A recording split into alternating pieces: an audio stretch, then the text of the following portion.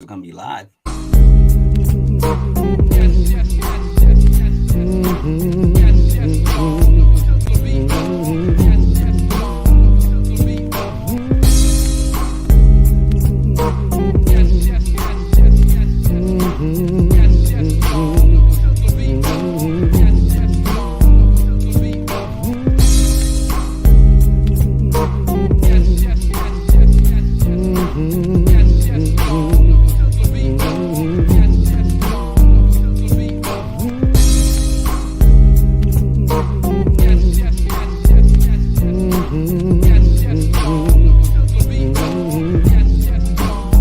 We are in need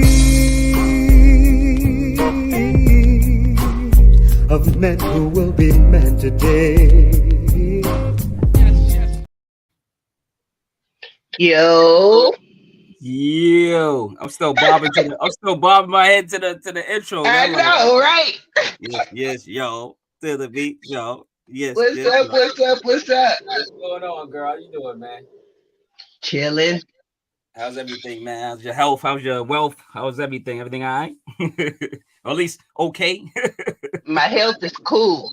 Not the My wealth part wealth, my wealth is yet.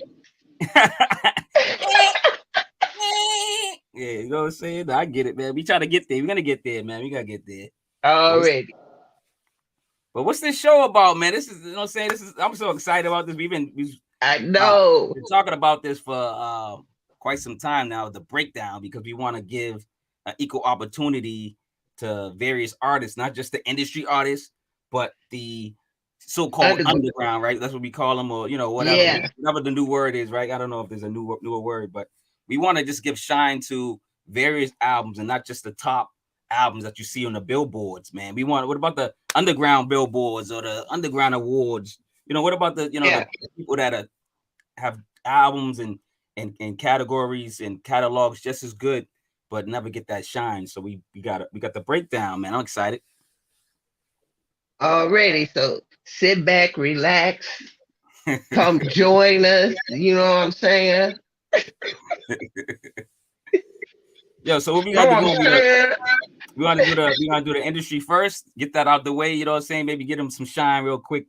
And the funny thing is, well, let's talk about how we broke down the industry ones, two in the list, because I thought it was interesting. We had this conversation prior to doing this and breaking everything down.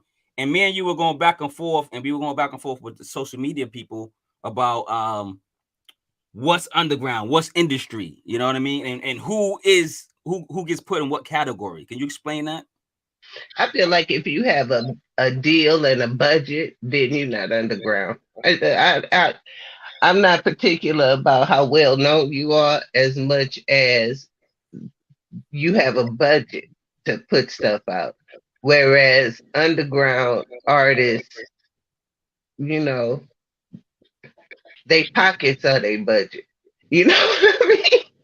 Yeah, and so they don't get a chance to shine. They don't normally get all of these interviews. They don't normally get all the exposure that industry artists get. Yeah, I always thought and leaned towards, like, if you could sell out arenas, and I was just, you don't have to be like a big, it don't have to be, New York State. It don't have to be, I'm trying to think of Madison Square Garden. It don't have to be that. It just has to be, bigger stages than your local bar type of stage. Like the there you go. Going to town and somebody performs and it's just, the room's not bigger than your own room at home and stuff. So but yeah, if they can get more than like 5K people, bobbing and weaving to them, that's when they start to get a lot of status. They get a lot of they're starting to get, towards that industry bucket. You know what I'm saying? And then, like you said, if they're getting interviewed by some of the biggest magazines, the biggest I don't know, interviewers, period, or biggest podcasters now. Now it's a podcast game. If you want all these big podcast platforms, you kind of, I would say, becoming industry. Yeah. A lot of people getting to know you, and then all of a sudden a lot of people are watching this, millions of people watching these famous podcasters, and they're like, oh, who's 38 Special? I'm just using him recently because he was just recently did a tour running around, going on different platforms, and a lot of people are gonna start saying his name. LeBron's saying his name now. So if LeBron's saying his name, and LeBron's on Instagram bumping 38 Special, Yeah. world, or at least the people that follow LeBron and respect LeBron, will start listening to 38 Special. So I'm having hair issues. don't worry about it. So in my mind is 38 Special, 38, because 38 is underground, I would still say, but that like next year, is this year his year to be industry? Or somebody like Rome Streets, he signed with Griselda and now he's down with West Side Gun, and West Side Gun's promoting him, in bigger time zones. So is now Rome Streets? Is Rome Streets not underground? Like maybe his last albums were, but like is he not underground now because is he industry now? Like that's the fight that we go back and forth with, right? Yeah, that's the fight that I go back and forth with. But luckily none of them made my list, so it don't matter. Oh yeah. That's funny. No, but I just want to use them as an example, because like even the people we do have on our underground list, they might this year might be their year, maybe next year might be and they might be doing those big stadiums or whatever, selling bigger than they are within the last couple of years. But then they got to fight on the other list. Exactly. Mm-hmm. Yeah, I mean, they have to fight on those lists. They have to fight. Fight with the Drakes and the little babies and stuff like that. So, but it is what it is. I don't know if that's what they want. Some artists want it. Some people want the fame. Some people want to. Some people are comfortable where they're at because they're making good money, and then they're maybe investing that money into other things, other ventures, and they live in a good life. That's where I put like somebody like Ransom, or he's not doing other things. You know what I mean? No, he is. Ransom's doing movies. I think he's writing books. Like he's doing other things. I think he's got properties. Like so, like he's doing other things. I mean, is he selling out stadium? Currently, no, probably not. No, I don't think so. Yeah, that's what I was thinking. I'm thinking music wise. Yeah, he's probably, so you would consider him still underground, even though like for me, he's starting to get popular. Yeah, and even for though me, he's still underground. Well, he's been out. He's been in the industry for so long. For somebody like Ransom, you bring him up, and the reason let's talk about him real quick because he's been out quite some time. He's just kind of making a surge. He's making a comeback in a sense. So somebody like Ransom is like the industry knows him because he probably wrote for their artist, wrote for their label, but they don't give him that acknowledgement. Well, then that make it easier because I could just move him down, and then the one that I have two on. Why are you still creating your list? Like we're in the green room and she's still creating her list. I'm like, it's not that I'm still creating my list. It's just like it's a war between two people, and I love both of them. What you can do is whoever you pick, you know what I'm saying? Maybe you can put them, you can cheat and say both of them a number or whatever, 10. I don't know whatever you got them. No, I'm gonna pull them. I'm gonna pull Ransom down to the other list. Because you can talk? Because I guess you can listen. It's our show. We can because it's one album that he could beat. Yeah, but on my list. Listen, it's our show. We can And I ain't scared to move him. I'm saying it's our show. We can fight in the comments if somebody says, "Well, you got two people in it." Listen, we could pick two albums or two artists as 3 or number 2, maybe because those albums are tied. I don't know. We'll make something up while we go along. We'll make it up as we go along. So once you started off at we're gonna start off with the top 10 industry albums, which is people that can sell out arenas or people that can draw a bigger crowd. They sell sometimes without even mentioning they drop and they just sell. Won't you want to start it off? Yeah, I started off. So my number 10 is gonna be surprising. Okay. But it's only built for Infinity Links by Quavo and Takeoff. That is surprising. I love that. No, it's fun. No, it is surprising. And I'm not gonna. I don't want you to talk about it first, but it's surprising to me. But it is a good album. I can't shit on it. It's a good album. Yeah, it's a dope album. It's the most lyrical I've ever heard them. It's not a bunch of auto tune on it. It is truly them rapping. It's the beats are dope. I had to give it to him with that album, and I hate auto tune. I hate. I have never been a fan of the Migos ever, but this Ever, album, ever, ever, ever, ever, ever, ever. ever. But this album was really good, and I was surprised. And the only reason I listened to it because my sister was listening to it, and I was like, "What the fuck is that?" And she was like, You. I was like, "What the hell is that you listening to?" And it caught me just like that. So only built for Infinity Links, Quavo and Takeoff. It was a really good album. Nah, I gotta give it to you. I overheard a friend of mine too. Well, a friend of mine listening to it, and he was like, "You gotta listen to it, man." And I'm like, "Listen, I like the Migos.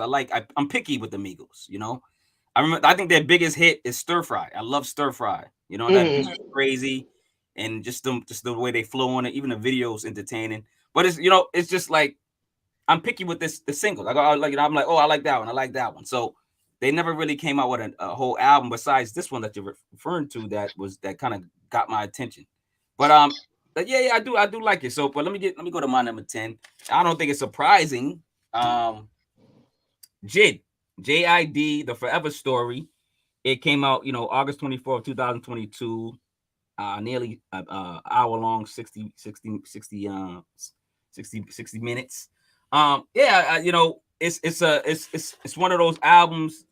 It's funny because you was talking about you wasn't really a fan of the Migos.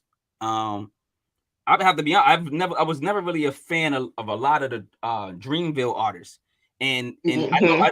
I just remember like I love J Cole. So, but it's like I remember they saying Jid's next, Jid's the next one, and I'm like, like when people overhype people, I think, and then I was like, let me listen to a song, and I think I listened to it. And I'm like, he's not that. I'm like, whatever, like, and I don't think I ever really returned to him. No, I'm being honest. And it's just what the industry does. They hype people up, and then you kind of go listen to him, and you go, he's all right. But when it's a time for everything. I think I, put my difference to the side, my head, and that media crap in my head, and I said, let me listen to Jid, and I started listening to Jid last year, 2022, and not just this album, but other albums. And I said, wow, this guy is a great rapper, great substance. He's kicking lyrics, kicking bars. He's talking about something. He's Mhm. Black Power, all type of stuff. And I like this album, man. A Forever Story. I think he did I don't know if you call it deluxe version, but he did like two versions of this album.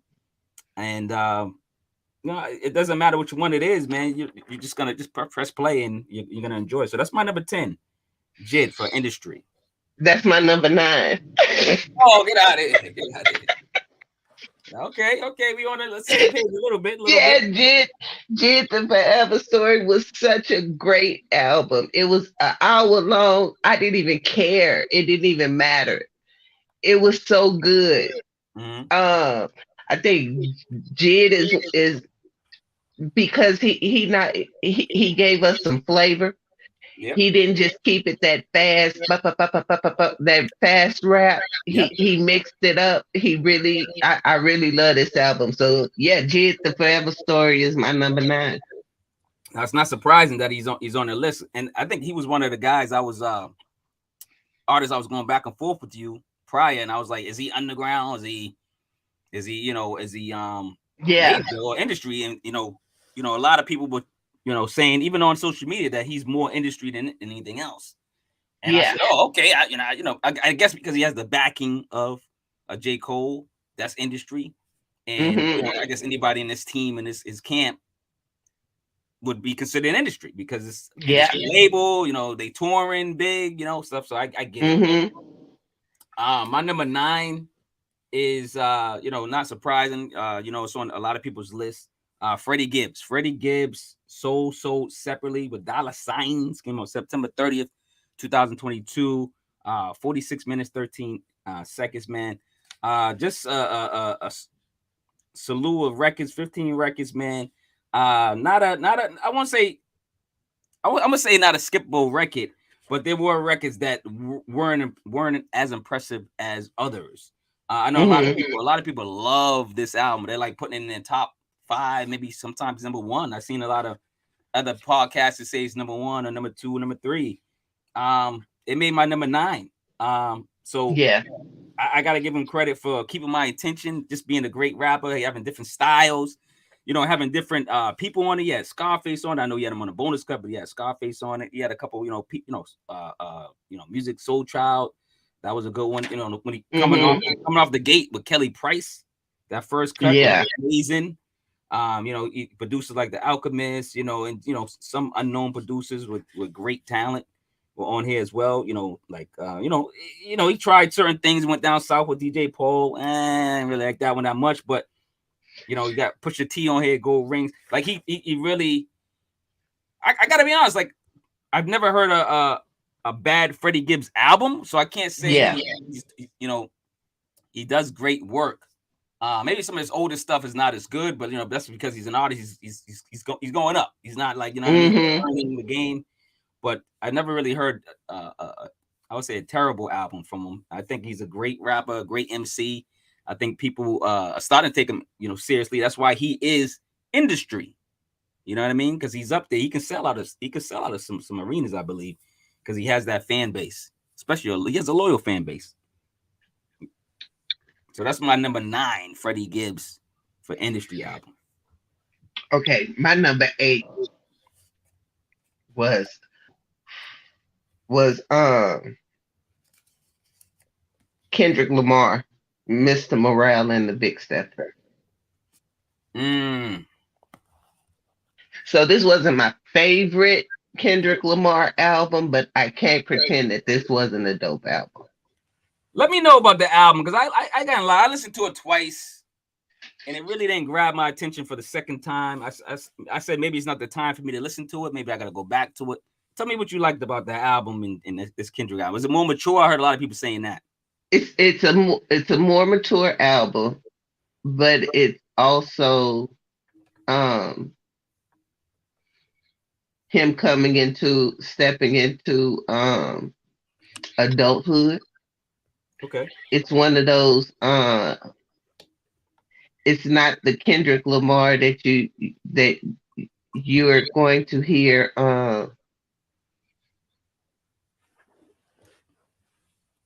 it's not his norm.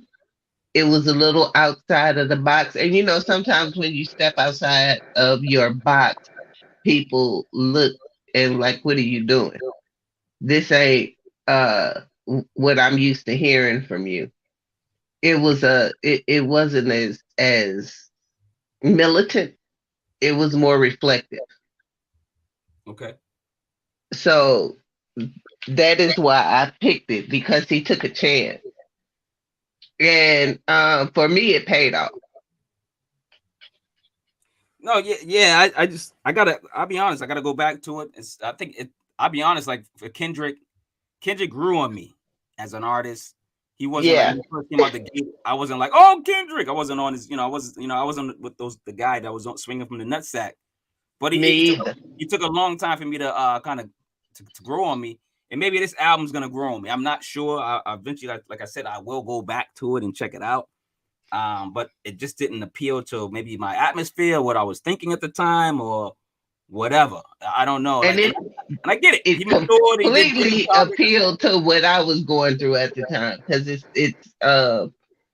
it's one of those albums where you're on the fence, and then you listen to it again and you like, oh, now I get it. You know what? I get what he's doing now. And that's what it was, because when it first came out, I was like, ugh. You know? Yo, And the second time I listened to it, I was like, and then about the I went back to it, and I kept going back to it because I'd hear a song that I was like, oh, okay, I get this. I get this now. But it wasn't something that I was just immediately gravitating to. But after about the fourth listen, I was like, oh, now I get this out. So it took me a while to get there too, but now I haven't stopped listening to it. Let me give and let me talk about artists that get second, third, and fourth chances. Kendrick's probably one of those artists that get that chance because you got to think about it. Sometimes you listen, like you said, you listen to an album, you listen to it first, you said, this no, and then you gave it a second chance. A lot of artists might get second chances, but a third and a fourth chance, and then for it to grow on you and to get embedded into your soul. Uh, Hmm. I, you know, I'm one of them people. I will. he's a lucky artist, right? Because who Yeah, does that? Who does that?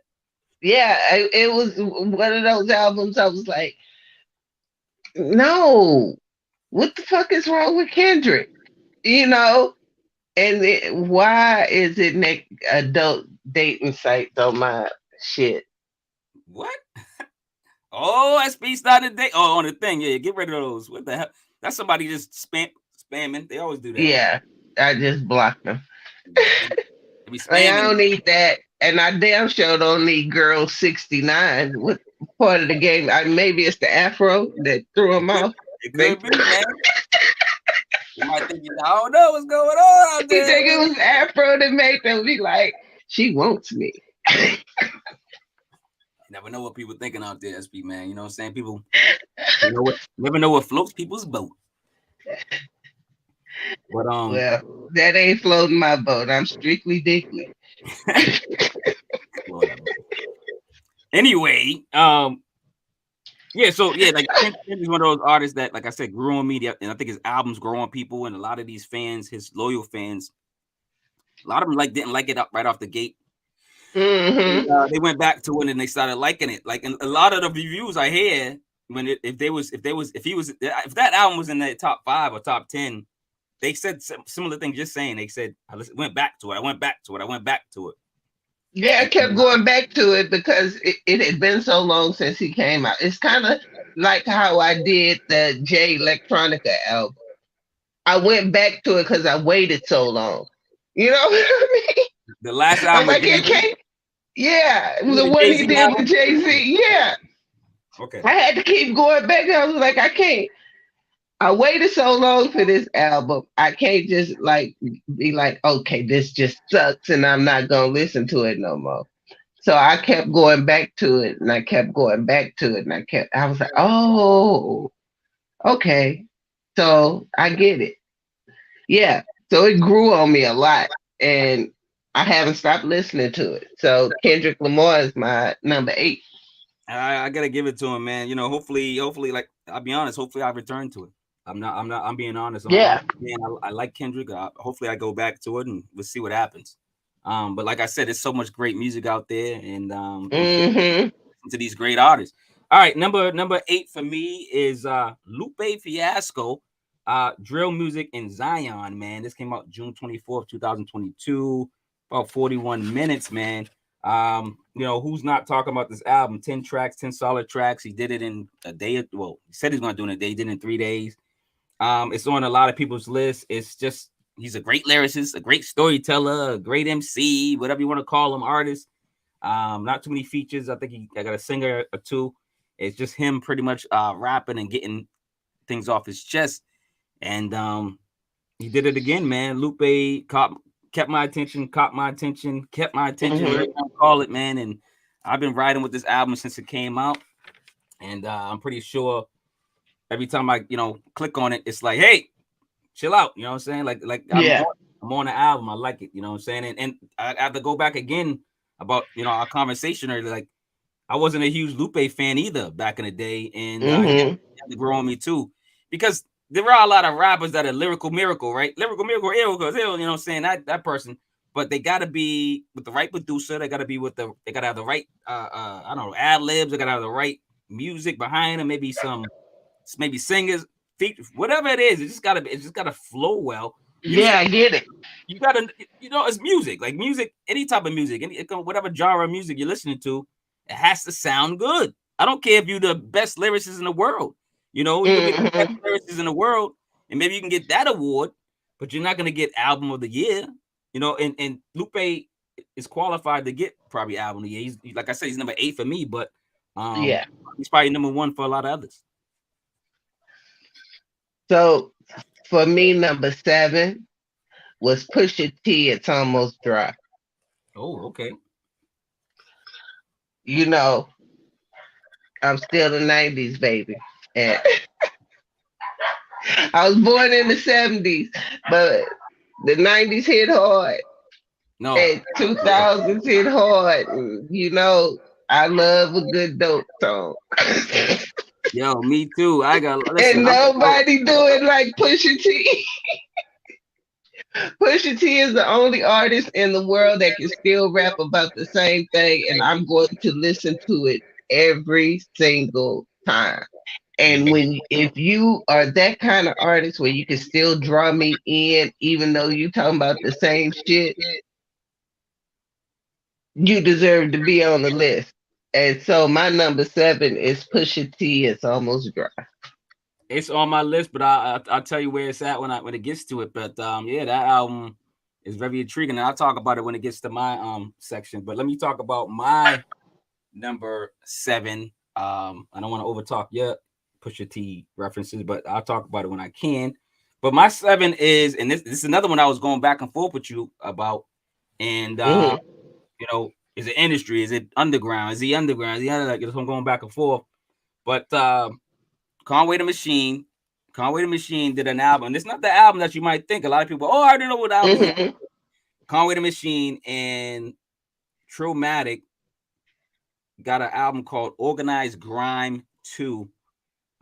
It's not on a lot of digital platforms. I don't even know if it is digital platforms. It's on YouTube. I've been listening to it on YouTube ever since it came out. 5/27/22. It's like probably 28 minutes, something like that long. This Buffalo MC has been on a lot of people's top 10 lists, top 5 lists. Not with this album, but other albums that he's put out. The ones with Shady and all that. And he's just been a great lyricist, a great bossmith. Every time he's on somebody's feature, if he's featured on somebody's album, he's tearing them up, And I think it's because he's more vulnerable, he's more passionate on the mic. It's something about him changing, he's maturing, he's not scared to share on the mic. And this album gets a little bit back to the streets. This is Organized Grime too, so like it kind of fits the title. And he's kind of going back to, his starting grounds and the stomping grounds of Buffalo.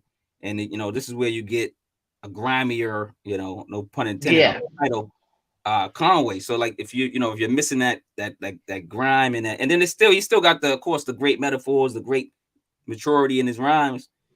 This album's for you. So go check it out on YouTube. Hopefully it comes out on digital platforms. I don't know why it's not. I don't know what's going on. But it's one of those records. I don't know if they don't call it a mixtape, so it is an album. But that's my number 7, man. Conway and Trillmatic, Organized Grime 2, man. I've been haven't put this one down either. So that's my number 7 for industry. So I wanted to put him on my list, but I knew that album was going to be on your list because it was on my list too.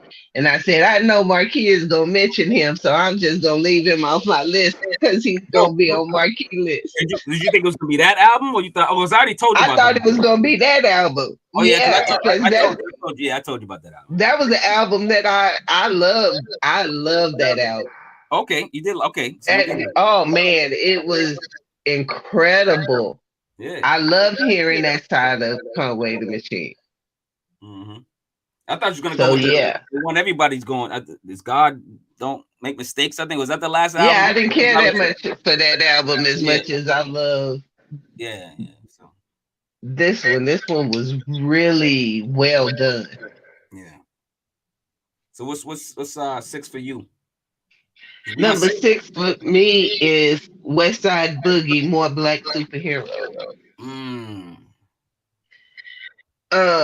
West Side Boogie to me is a whole mood. He makes you think. He talks about mental health. But he's not a preachy type of lyricist.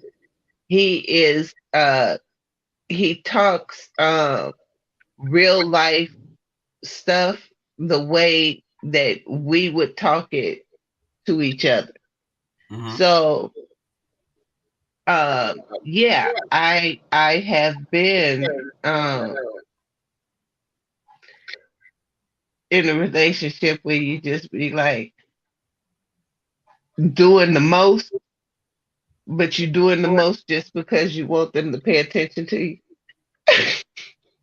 Yeah, And then, that's the puppy love relationship. That you everything he or she does is perfect, right? Yeah, right. Get out of here. not or everything she does is fucked up, but I still love you in my own fucked up kind of. Even though I'm sleeping with 17 different bitches, Yeah. I still love you. Yeah. It's that mental. It's that It's the that mental where you're in a room full of people and you still feel alone kind of thing. Yeah. Westside Boogie has a way of describing that that is so deep and so real that you just kind of gravitate to him. And the beats that he picks are so smooth. He always picks the right collabs to go with it, the right singers, the right rappers. Westside Boogie has been doing some hella collabs this year, but this album in particular moved me a lot. And I think people should pay more attention to Westside Boogie because not only is he a great lyricist, but he's different. And he's stepping outside the box and he's talking about things that most people don't, but need to. And he's not afraid to be vulnerable in his toughness. You know what I mean? Mhm. No, you introduced me to the rapper last year, but it was late last year, so I still haven't got into him completely. He's on the list for me to to interpretate, to review and look into. Um, I did listen to a song or two. I didn't get into the album yet, but yeah, I think like you said, he was different. When I first pressed play, I was like, "What's this?" And I had to like really listen and kind of get into his style and kind of like, and it reminds me of like back in the day, the 80s and the 90s when everybody had a different style and Hmm. it was acceptable because people were like, oh, Yeah. he or she sounds like this. Y'all heard he or she over here? And Yeah. they're like, oh nah, let me check it out. Because we was always What's Westside Boogie sounds like nothing. He yeah, sounds like nobody. sounds like nobody. He's unique. And I love that about him. And a lot of people go, the first thing people say, who he sound like, who he sound like. What you gonna say? You can't say nothing. You gotta say he sound like I West Side can't say Boogie. nothing. He He sound sounds like like Westside Boogie. he sound like himself. You're like, I don't know, like himself. Like, so no, I gotta get back into him. I'm getting back into him this year. So in 2023, I'll be checking out his albums and maybe we can review some of his work on the THHC podcast, or even Yeah. have him on the show, or have him on the show. He'll be a good guest to have, especially to speak with because Hmm. he's different. Yeah. Incredibly different. I love him so much. Um, so let's go to my number six. It's on a lot of people's list too. Great combination. I'm pretty sure he's gonna be working with this producer again. But Black Thought and Danger Mouse with cheat codes. White Plains, New York, Danger Mouse, Philly, Black Thought, cheat codes, August 12th, 2022. Hmm. Almost 40 minutes long, man. I really enjoyed this one. 12 bangers. No skippables, man. I really enjoyed and going back to what we was talking about before, like he's Black Thought. I believe he's a lyrical miracle type of rapper. That's what I'm making jokes about it, but he's really a lyrical rapper. He's really dope at what he does. He's dope at his craft. He's a great MC. But does he put classic albums together? Does he put great projects together. There's a lot of rappers have this fault. They dope rappers, dope MCs, dope features, whatever you want to call them, you know, just whatever artists. But then when they come to putting their own stank together, you know what I'm saying? It ain't stank. It smell good. Like it smelled too good. This one stinks, man. This one got that stink on it, man. I think Black Thought and Danger Mouse got a. Speaking of cheat codes, it's like they got a cheat code for this album, being together and putting this good music out. Like if anything's a classic, if any album is a classic, I would lean towards this one.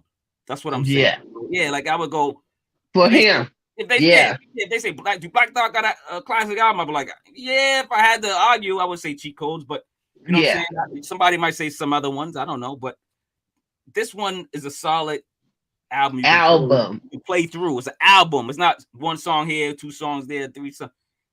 You can play it. Just play it. You know what I'm saying? So shout out to Black Thought for making my list number 6. Probably one of my first lists he made in a couple of years. You know what I'm saying? Yeah. Besides being lyrical and giving him credit, but cheat code, number 6, man.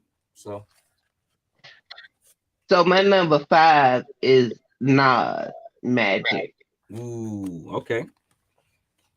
I figured out a show. I love this album. I've been listening to this album since December of last year, and 3 years ago, 2021 December. It came out 2021. Oh well, I'm adding. I can take. I still thought it was part of this year's list because I still love. Yeah, I'm just saying. I still love Magic. Magic was one of those albums that came out in December that I was pissed because it came out in December. And I couldn't put it on my list because it came out in December. And it has stuck with me. It has stuck. It's still sticking. Nas has this album is one of it's still one of my favorite albums. And I would have put it higher up on the list, except, you know, it was so much great music that came out this year. 100%. But Nas Magic is one of those albums that is a classic, and if anybody says it ain't, somebody need to hit them with a bus. That album is still one of my favorite albums today. Yeah, exactly. No, I gotta agree with you. It's on my list. I like, again, I'm gonna tell you where it's at on my list eventually, but I'll let you speak on it. It's a great project, and it, I was saying it came out in 2021, meaning because it's 2023. We gotta remember it's 2023. I reminded my friends every day. Hello, it's 2023. So, but yeah, like it came out 2021, but late in December, so it qualifies for the 2022 albums. And that's why it's on your list, and that's why it's on my list. I hate that you don't have a glass of wine with me. I got wine downstairs, but you should have said something before the show. And we'll talk about the show, after the show. But let's talk about my number 5 real quick. Let's get back into the show. My number 5 is Lloyd Banks. Banks, The Course of the Inevitable, Part 2. Man, Maryland or NYC, wherever you want to say he's from. July 15, 2022, 45 minutes, man. Like, and the reason I like Lloyd Banks, we didn't have to get into the album. I just like Lloyd Banks because he's basically back. Lloyd Banks is back, man. 3 verses, lyrical. He's clear because I think when he went on his mixtape circuit after the 50 Cent debacle, it's like he became Oscar the Grouch or something. His voice changed. It was like, and I'm like, what's he? I had to because I like Lloyd Banks, and I had to I was following his mixtape, journey, and I was like, what's he saying? And then he was in his feelings. Yeah, he was in his feelings. Then a lot of his his voice was like really not clear. It wasn't clear. Like, I was like, you have to go, what? And you're not rewinding his bars because he was Mr. Rewindable MC, when he was with 50 and before that in the mixtape game.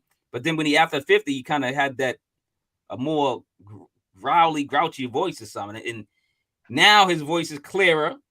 I don't know if he got a voice coach. You know what I'm saying? I'm just saying, like, did he get a voice coach? You know, maybe somebody told him, "Yo, dude, be clear, man," and because you can rap, like, and he's rapping on this. He's one of your favorite rappers, favorite rapper, and he did an excellent job on this project. And I can't wait for him to do another one. I know he's coming out back to back to back. I don't know if it's gonna be a part 3 or is he just gonna do another series or something else. But Lloyd Banks is in, and he's getting featured with all the top artists. People are working with him. Work with him. Everybody wants to work with. Even Tony Yayo got a new song with Lloyd Banks. You know, it reuniting and starting to become not G Unit, but it becoming they're still friends and they still associates and they're rapping together again. So I like to see that. Shout out to Tony Yayo and the caviar pancakes. That's his favorite word. Last year and this year. But yeah, shout out to Lloyd Banks, man. And shout out to Uncle Murder too for the wrap up. I just want to just say the wrap up was good. Shout out to Uncle Murder. I know it got nothing to do with this, but Uncle Murder he killed it again. Killed the wrap up is amazing. It's amazing. But okay, what's your number? That was my number 5. What's your number 4 for industry albums? Absol Herbert. Okay. This album touched me. I love this album a lot. Absol did the damn thing on this album. He should be nominated for awards for this album. It was personal. It was honest. It was so good. He rapped well, especially coming from where he came from after the accident. What album are you referring to? Herbert. When did that come out, though? Did that come out? Don't make me lie to you. You got to check it. Check and see when it came out. Oh man! No, it came out this year. You mean 2022? It came out. Yeah, it came out 22. Okay, but live and it's 2023. Stop. You keep saying so I know, but we talking about 2020. I know he had a late album that came out in December too. It didn't come out in December. I know it didn't come out in December. I think it came out in November. Okay. So it. Okay. Yeah. I'm wondering. It came in under the wire, but it was so good. Okay. It's so good. You have to hear this album. If you haven't listened to it, it deserves listening to. Everybody needs to hear this album. Absol did a remarkable job. He was honest. He was open. It is one of his best work. It has been on repeat for me. Absol did the damn thing with this album, and if it wasn't so many great albums that came out, and if it came out earlier in the year, it probably would have moved up on my list. But it's my number 4. It is a spectacular album, and everybody needs to hear this album. Yeah, no, because the only reason I asked if it came out late, because I remember it coming out later in that fashion, because I was when I listened to it, I thought it was a good album too, and I was like, in my mind, I thought it was too late, but maybe it wasn't. Maybe it came out in November. Yeah, it came out in November. It was the end of November, but it was still November. Okay, maybe I had my list already together. Because December's our cutoff. December 1st was our cutoff. Yeah, of course. Yeah. December but it came out. It beat the wire. It beat the line. It was such a good album. So good. I give you that one. I give you that one because I gotta go back to it, and like I said, I'll probably tap into it, review it, maybe this year. Like I said, I listened to it one time, and I didn't get to dive into it like you did, and listen to it various times. So, let's talk about my number 4. My number 4 is Sampa the Great, man. As above, so below, man. And this is what I love about this album, not just because she's surrounded by various musicians and great musicians, because this is a musical album. This got musicians playing, the instruments and stuff like that. She's from Zimbabwe. Is it Zimbabwe? Is that you from Africa? And if you're into bold, creative, and an artist that takes it to higher levels or to realms that you're scared to tap into, don't listen to this album. But like, I think everybody should listen to this album because it's that rich and full. It's great for the soul. Like I think you introduced me to this album or this artist, and when I first listened to this album, I couldn't put it down, man. I couldn't put it. I was listening to it over and over again. I'm like, what is it doing? Is it like hypnotizing me? What is it doing? Is it taking over my body? Is it taking over my soul? Like, what's going on with the music? I'm listening to, like, even when after she's singing and finished singing and rapping, I'm like listening to like the 2-3 minutes of music at the end or the beginning. I'm just like so intrigued and so into it. That's why the musicians as well, not just her as the artist. And you got to check out the videos, check out just check her out. Just a great solid project, man. Sampa the Great, As Above, So Below is my number 4. My number 4 for industry albums. So. Yeah. So she's on my list too, but I get to her. My number 3 is Nas again. That's that. King Disease 3. Ain't nothing wrong with that, man. Nas just been doing the damn thing, and King Disease 3 has stuck with me. It is Nas doing Nas on beats that make sense for this era.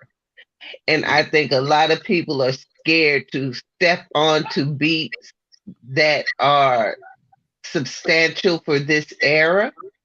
And Nas not only steps into this era, but he steps into this era wearing Timberlands and a sweatshirt and stomps the shit out of this era. So Nas King's Disease 3 is my number 3.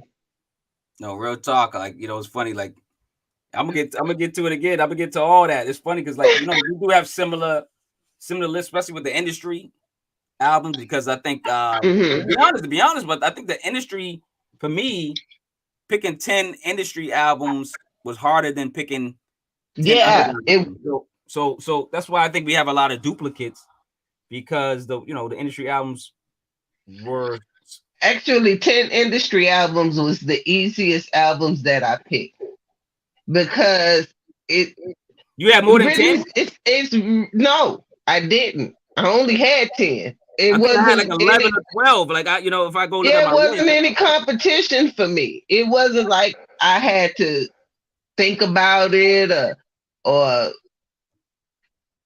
move shit around. None of that. It was just these 10, and this is what they had. No, 100%, man. 100%. My number 3 is a duplicate, of course. You know what I'm saying? You shouted them out already. But Pusha T, It's Almost Dry. I remember telling you about this album. I don't know if I listened to it before you. Maybe I did. I'm not sure. Yeah, you did. I just remember like talking about it so much that you probably was like, "Yo, shut up about this album," right? So, and I know it's drug talk, is drug paraphernalia, is street talk. Like you said, I like drug talk. I like street talk, and that's what made me go and listen to it, because I'm like, you know what? Pusha T been making the same album since. And then I was like, I listened to it and I was like, oh, hell. And let me give you, so it came out, April 22nd, 2022, 36 minutes, man. Pusha T, It's Almost Dry. Like, and then the battle with, the Pharrell beats and the Kanye West beats. Yeah. A lot of people going back for who was the better producer. I mean, it don't even matter. Like, Pusha T just took all the tracks to a higher level and really stamped them. And like you said, he got one subject to talk about, but he does it so well. It's like, who can talk about I mean, there's other drug rappers that probably can do the same thing, but not as good. And Hmm. but what other subject can someone just talk about? Because can a rapper just talk about sneakers on every album and it sound dope? Probably not. Yeah.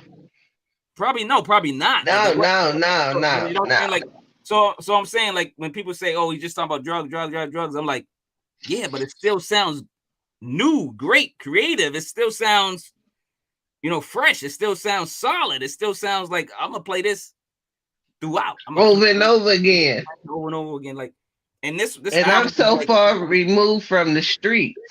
yeah, me too. But me too. But it's like I remember this stuff, and no, but Hmm. a flashback on like my childhood in a sense. You know what I'm saying, in a bad way, right? But still gives me a flashback of the 80s and 90s and how drugs came in and ruined the community. But for him, it worked out. Let's put it that way. You know what I'm saying? So he was on the other side of that, making He went profit. and got a car dealership. You know what I'm saying? So that's all I gotta say. You know what I'm saying? But so what's your number two for industry, man? What you My got? number two is Lupe Fiasco, Drill Music in Zion. I knew it was on the list. I knew it. Yeah, you know how much this album touched me from where say go. Uh this album, it was a brilliant album for me. I love the way Lupe rap. I love that he's not so far removed from the street to understand it. Even though he is considered conscious on a level, um, he knows that at points that he's also hypocritical because um yeah, I'm still listening to this shit. Even the classic line is rappers die too much. But I can't talk about that because I still listen to this shit. It don't matter who died. I'm just as big of a hypocrite as everybody else. And so even though he talks about it and makes you aware of it, he doesn't pass judgment on you uh, because he's guilty of the same thing.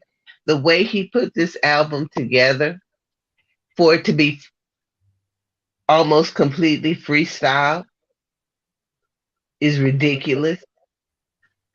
Um, the the beats are so nice, and even though he says it's not drill music, it does have those moments of drill music esque um, stylization. It's styled as drill music, except it is a not just it's not a condemnation as much as a uh, it's not a condemnation. It is more so a this is what's happening. You need to see what this is doing to you and the community. You need here. I'm putting it up so you can look at it. Now, what you choose to do with what I'm showing you is up to you. But here it is. No, it's like it made my list. I mean, I know you were more. It's like I think last year you were talking about that album just as much as I was talking about Pusha T. I think you Hmm. probably listened to it just as much, and then we both was talking about like Sampa the Great just as much. Like so, most of these, the top 10, well, at least the top five that we're getting into. Uh, Hmm. I'm not really surprised on your list because a lot of times we talk behind the scenes, and you're glowing about these albums and these artists. Um, so my number two, we've been gloating, and like I said, he was on your list. I mean, Nas and Hit Boy, man. Again, and this Yeah. one's Magic. I'm gonna do Magic for number two. Number two is Magic. We're going to Queens in the house, New York, man. And shout out to Montana, California for Hit Boy, man. I just want to shout out these places Yeah. they come from different sides of the map, joining together, man, and it can be done. You gotta find that producer. You gotta find that right tune, that right sound. It was funny because I was listening to Lord Juco today, and Hmm. shout out to Lord Juco. Go check out Lord Juco's catalog. And I'm listening to some of his music, and I'm listening basically I listen to him all day. Like I'm a big fan of Lord Juco, and hopefully he'll be on the show.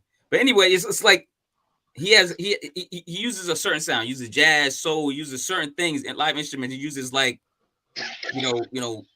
certain samples, and you could tell it's never the same. It's like you listen to it's like with Hmm. Nas and Hit Boy, they found that combination together, with Magic. And this was like 9 records. And like when you said it's a classic, I'm gonna argue with you too. It is a classic. I'm arguing with Hmm. somebody else in the comments. I know when it first came Yeah. out. To be honest, when it first came out in that like late December 2021, I was so in love with this album. I still am. I was like, yo, is this a classic? And I was like, once in a while, I would say it to somebody. They go, "What? Ain't a classic? You gotta breathe. I gotta be out for." And I'm like, yo, I don't know, man. There's something about this album that I just can't put down. It's the music, it's the features, whoever, just the way it flows. I'm like, was this a throwaway album? Like I kept saying it, No. throwaway album. In my mind, I'm like, if this was a throwaway album, this is crazy because it was in between, the skin diseases. So I'm like, this is weird. That is it. But I'm like, this can't be this can't be because if this is a throwaway album, what the hell is the next one gonna be like? And we already know about that one. But Magic is number 2 for me for industry album. Yeah. Magic was completely ridiculous. I love that album so much. Yeah. I'm gonna keep Hit asking. Boy, Hit Boy and Nas have found a thing where it's not all where they have found diversity within each other. And that's hard to do. So my number one Yeah, industry album let's go. What is is it? Sample the Great, I As knew it. Above, So Below. I knew it. Yeah, that album to me Knew it. is more than music. It is spiritual. There is something about this album that attaches itself to you and it just heals you from the inside out.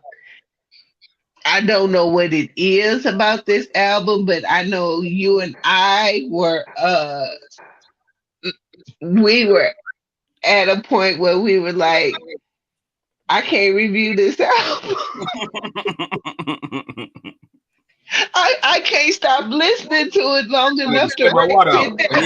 Yeah. Because It we was kept listening to it. We was in tune with it. We didn't want to put it down. It's like, why write about it when we could just talk about it and just like in awe, and you couldn't write about it.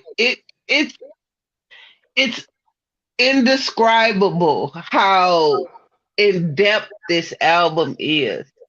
It is one of those albums that I can't even describe when I listen to this album how I feel after it's over. It's like it just lifts you in a way that is indescribable. So if you haven't listened to Sample the Great, As Above, So Below, it is my number one album. And it is my number one album because not only is it lyrical, not only is the musicality spectacular, the musicality is spectacular on this album. But when you listen to this album, You feel like you have spent the day at church, even though it's not religious, but you just feel like you have been saved. So if you get a chance to listen to Sample the Great As Above, So Below, you will be better as just a human being. No, it's funny because the way you describe it is so descriptive and beautiful, man. You know what I'm saying? Like that's why I love to have you on my writing team. It's great that we gonna be writing together soon. But like it's just what you said. Like I can't like I did this. I ain't gonna lie. I finally wrote some things down about each song, but it was tough for me because I just wanted to talk about it more instead of like writing it down and describing each song. And it's one of those albums that you gotta let breathe, man. It's You my top gotta five. experience it. It's Yeah, you not gotta an like it. album you listen to, it's something you experience. Facts, 100%, 100%. And the funny thing is, the reason it probably didn't make my number one is because like I'm a different person, man. I'm a different breed. So Yeah. like my background reflects a lot of my music or what I'm doing now or trying to get out of. You know what I'm saying? So if you look at like it made my top five, like you know, I think it was probably one or two prior to all these other albums coming out.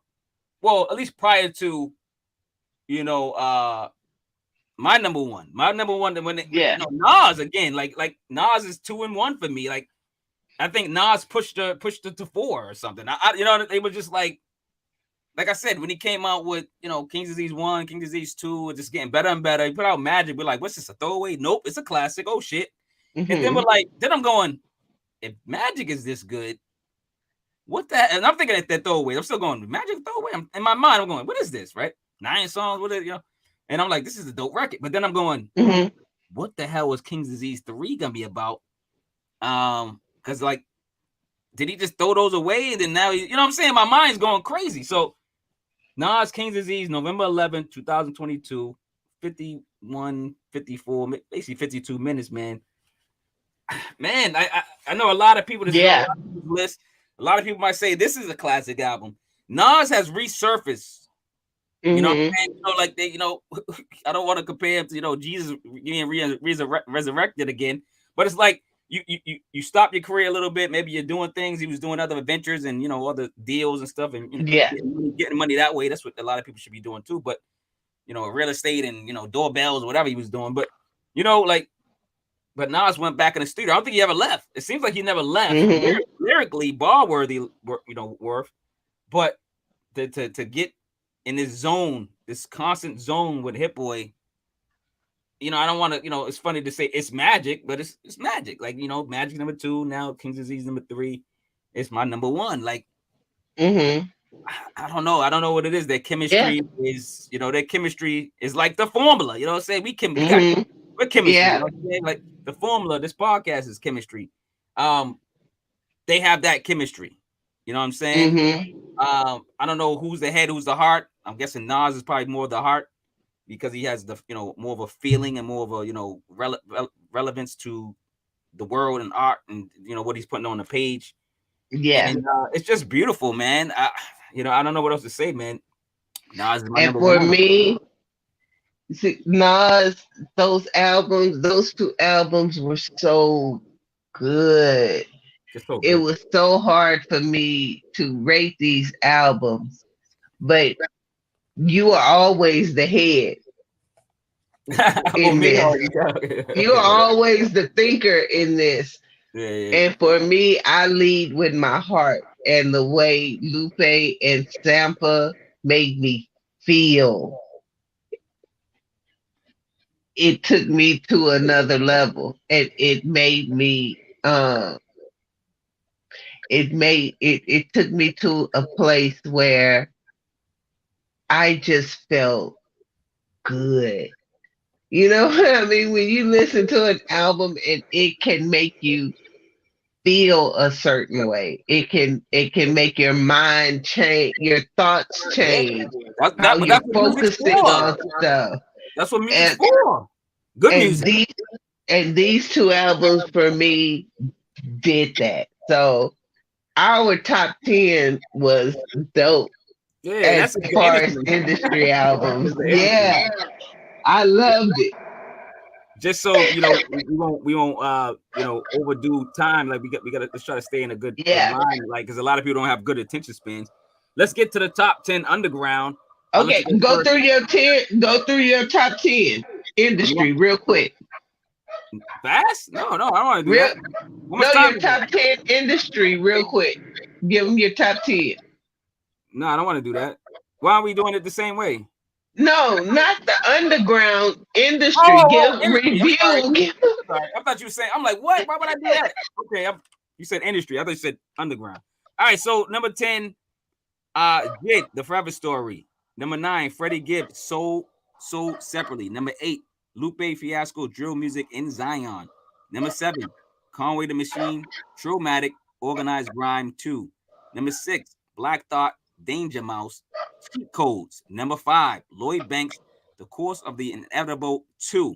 Number 4, Sample the Great, As Above, So Below. Number 3, Pusha T, It's Almost Dry.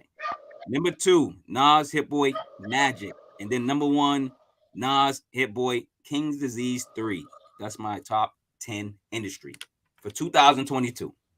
so my top 10 was Only Built for Infinity Links, Quavo and Takeoff. Um, my number 9 was Jid, The Forever Story. My number 8 was Kendrick Lamar, Mr. Morale and the Big Stepper. My number 7 was Pusha T, It's Almost Dry. My number 6 was Westside Boogie, More Black Superheroes. My number 5 was Nas Magic. My number 4 was Absol Herbert. My number 3 was Nas King Disease 3. My number 2 was Lupe Fiasco, Drill Music in Zion. And my number 1 was Sampa the Great. No, great As list. above, so below. A great list, solid list for the industry. I'm pretty sure if the industry's watching, they will be satisfied with that list, man. Both five lists, Yeah. I think it's great. I think they're great. You know, So let's start with your number 10. you want me to start it off? This is gonna be our underground. These are the underground artists that just was like, damn, I love these albums, and I think they should be acknowledged and known about. And they have stuck with us throughout this whole year. And so, what was your number 10? All right, I start this off. I start the party off. Now, my first industry album, and you probably know of this producer, and his name's Jamal Johnson. Jamal Johnson. Uh-huh. He's from Lynn, Mass. Now, he put out an album on Bandcamp on January 22nd, 2022. It came out on digital platforms February 4th, 2022. It's called Jamal Johnson Presents The Soulful Sinners. Jamal Johnson Presents The Soulful Sinners. It's about 30 minutes long. Executive produced by T the Truth, mixed and mastered by T the Truth. T the Truth's another producer that he works with, and he's actually a rapper. So shout out to T the Truth. Now, what Jamal Johnson does, he's a producer, right? You know, just like Buck Wild's a producer. He gets a lot of solid MCs, a lot of lyricists, and he puts together a project. So Jamal Johnson made my top 10 underground because he's just that guy. He's that man. He's the man. Like he's one of those producers that came out of nowhere during the pandemic. He started making beats. I don't know if he ever started. Like that's basically his story, and he's brilliant at it. Like it's just like somebody picking up a basketball and being Jordan. So Jamal Johnson, it's a 13 cut. It got various artists on it. T the Truth's on it. Paradox King's on it. Jay Sin's on it. C Wells is on it. J Moon, KMF, Trey. Let's see who else. Let's see. Just a lot of great artists. Kashi 2X, Wes Taylor. And these are people that you're probably like, who are these people? Khalil Jacobs. But you'll be a fan of these artists and these rappers and these singers and whatever, these artists once you listen to this project. So number 10 is Jamal Johnson Presents The Soulful Sinners, man. Go check it out and go check out his catalog. Great producer. He's worked on a lot of great MCs and doing full albums with them. So Go check them out. Number 10. So my number 10 is Split. Say it again. My number 10 is Split. I Oh, couldn't split, pick. split. Okay, split. Okay, good. Okay. I couldn't pick. Oh, I thought that was the name of the artist. I'm like, who's that? These two albums meant so much to me that I didn't want to leave either one of them off. And me and you were just talking about it at the beginning of the show, and I didn't want to leave either one of them off because they're so good. We were, yeah. And my number 10 is split between Know It All, Music Saved Me Too. I've listened to this album all year. Know It All has this sound that is so uniquely him, and it is so good the way that Skip the Kid put these beats together for him, but the way that Know It All found the pockets in these beats that was ridiculously different than anybody I've heard in rap is so great to me. Know It All. Just real quick, do you believe? And you know, I don't. Maybe I'm just overstating myself, but Skip the Kid is like Primo. Is his Primo? Yes. DJ Premier. Like he's Skip the Kid and Know It All have a chemistry that's, I don't know, it's out of this world. So him and Backwoods Sweetie, because because Know It All and Backwoods Sweetie has this ability to find these hidden pockets that's not normal. You know, it's not where a normal artist would put their raps. And Skip the Kid has this way of making beats that enhances what they do. And so Skip the Kid was one of my favorite producers this year. Yep. And what he did with Know It All is ridiculously good. So yeah, my number 10 is split between him. Shout out to Skip the Kid. And Atticos by Taj Malik. You know how to pronounce the title. Atticos is so incredibly dope. It is one of those albums that introduces you to an artist. You told me about this artist, and since you told me about him, I have been addicted to him. I told you. It's something about him, man. Like, I don't know, his lyrical prowess. I don't know what it is, but Atticos has become one of my favorite albums this year. And there is no way I could make a list and not put him on it. And so they're going to split my number 10 because, and it's cheating, I know, but I couldn't pick. I couldn't pick. As long when you cheat, as long as it's two quality albums, two quality MCs, I'm pretty sure they don't mind, you know, sharing the limelight. Now it's funny because I know of the artist longer than you, and I've been listening to his music for like 2-3 years straight. So I'm more hard on him, like, cause like, you know, we talk to artists, and so I love Atticos. I love that album. Yeah. It's one of my favorite albums too. I listen to it all the time, but I critique it probably more than you would because you're like, who's this new artist? This is dope. Oh shoot, he's dope. And I'm like, yeah, do better. Oh, do better. Like I'm trying to make 20 push-ups instead of 10 now. You know what I'm saying? So, but no, he's a great artist, great MC. And, you know, shout out to Taj Malik, man. So that was what? That was your okay. I'm going first, right? So, yeah, my number 9 goes to, and this is Underground, man. This is another fight we was having prior to, you know, the Underground industry albums, and now it might be, you know, a fight in the comments with whoever's watching this too or listening. But My number 9 is DJ Muggs and Riggs. It's called Gold. The album's called Gold. It came out January 14, 2022. About 40 minutes, 41 minutes.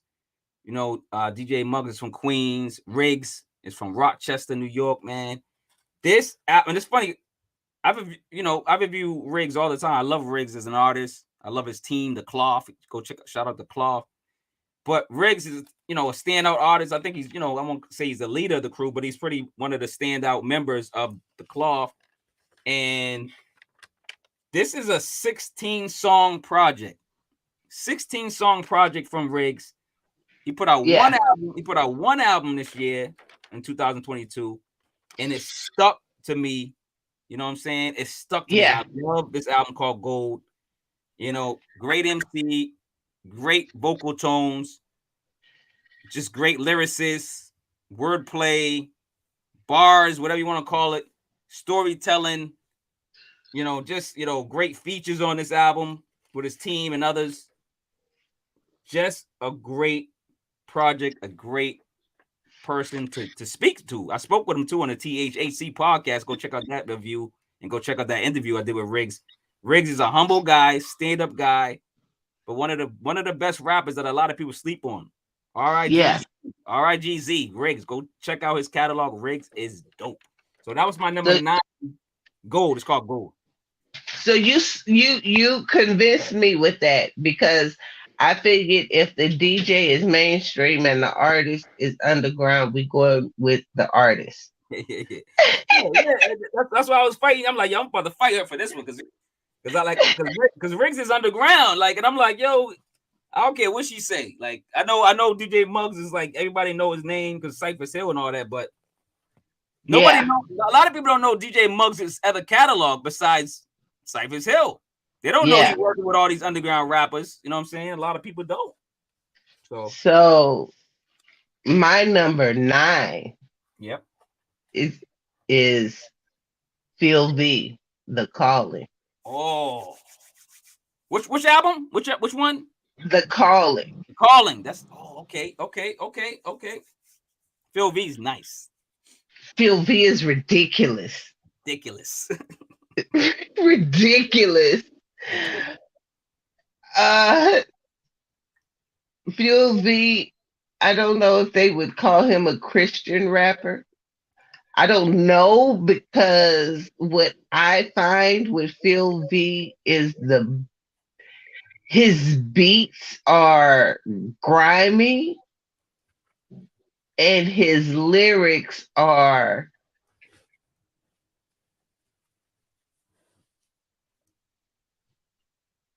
heavenly. It's just, he is a disgusting MC.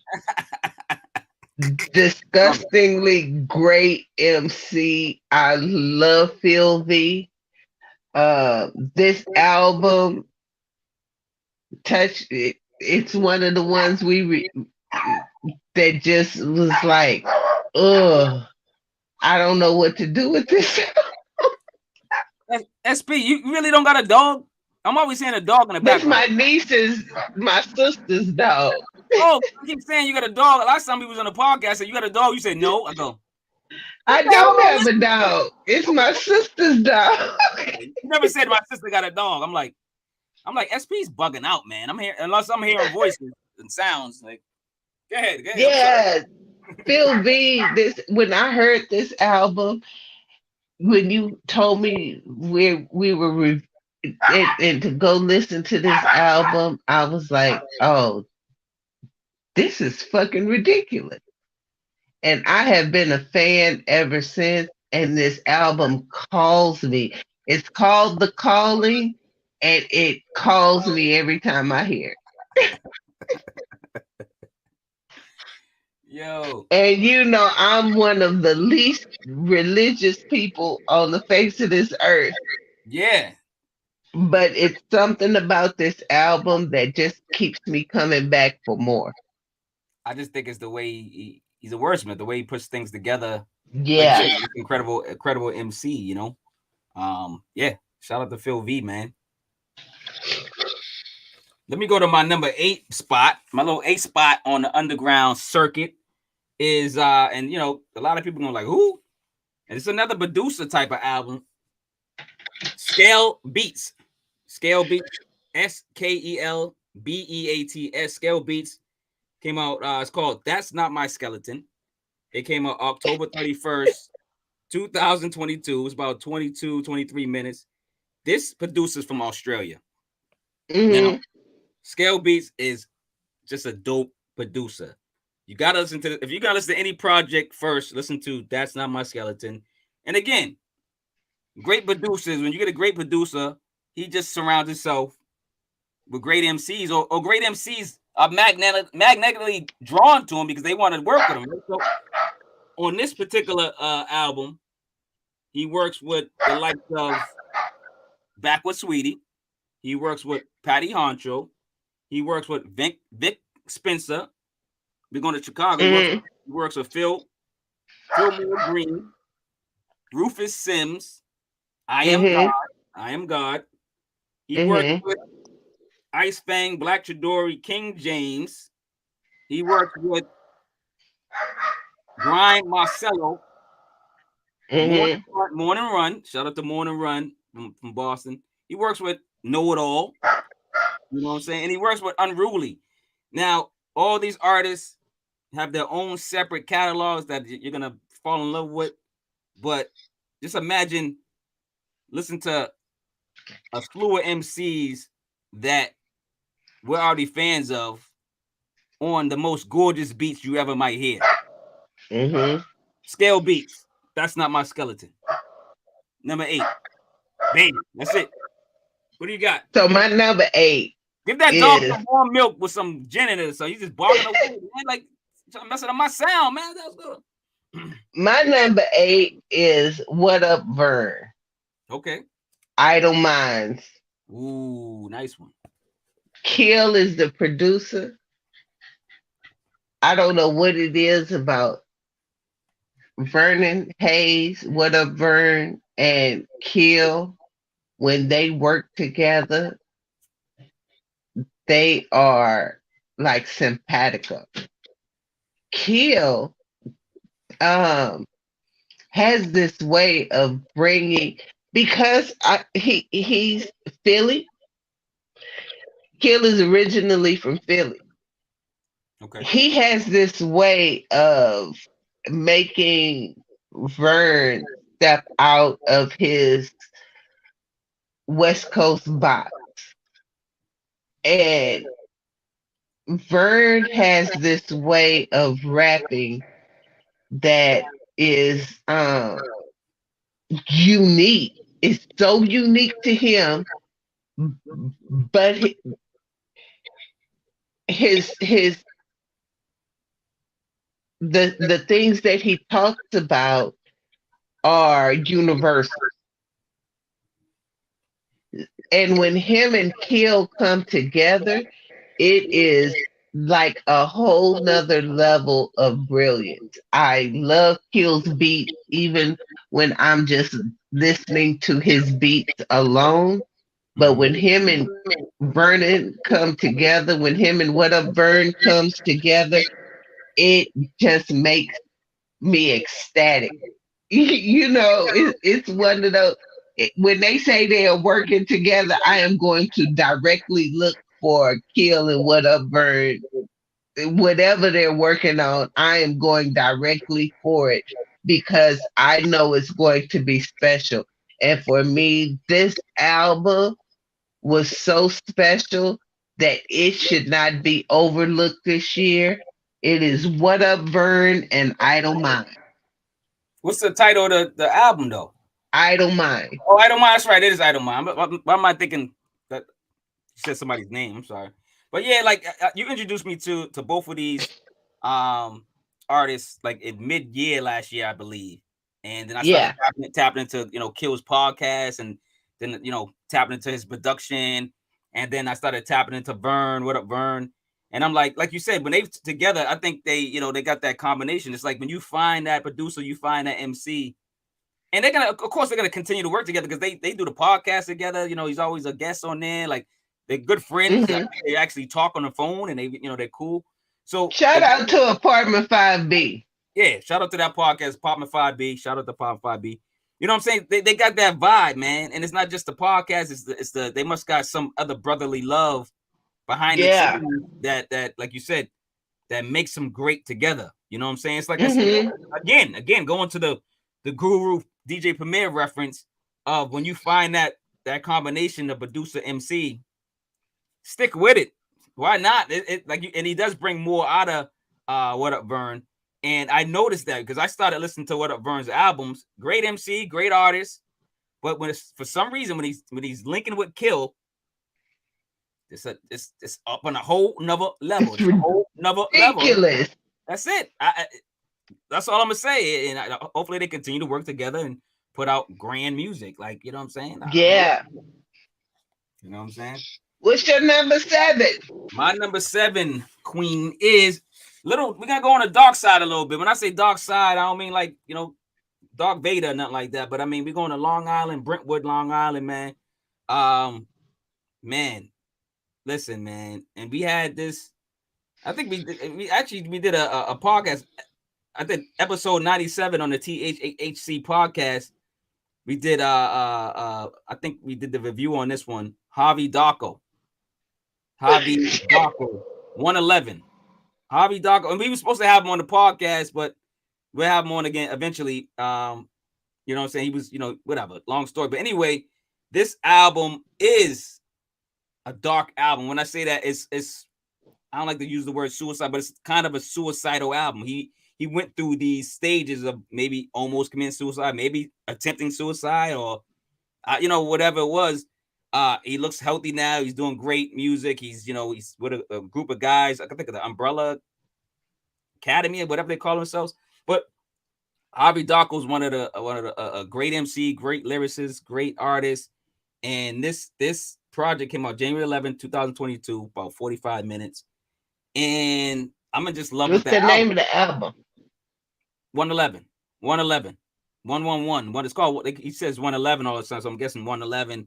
But it's 111, right? That's what it's was. If you're looking it up, just look up Harvey Darko, Yeah. JAVIDARKO. You're gonna fall in love with this album. If you are depressed and are feeling suicidal, don't listen to this album. I would recommend not to. If maybe it might help you, but at the same time, keep that number handy, the suicide hotline. Don't go into this album and be depressed. Like I wasn't depressed when I listened to it, but then it kind of got me in that zone. Like, you know what I mean? It's good music takes you there, right? It takes you to that place where he was at. It was like a 3D poem, 3D story, 3D movie of Harvey Darko 111. Like I really enjoyed this project. So that's my number 7, great So project. the reason I'm laughing is because it's also my number 7. Oh, get out of here. Get out of here. Are you serious? I'm like, why she laughing about the dark album? I'm so serious.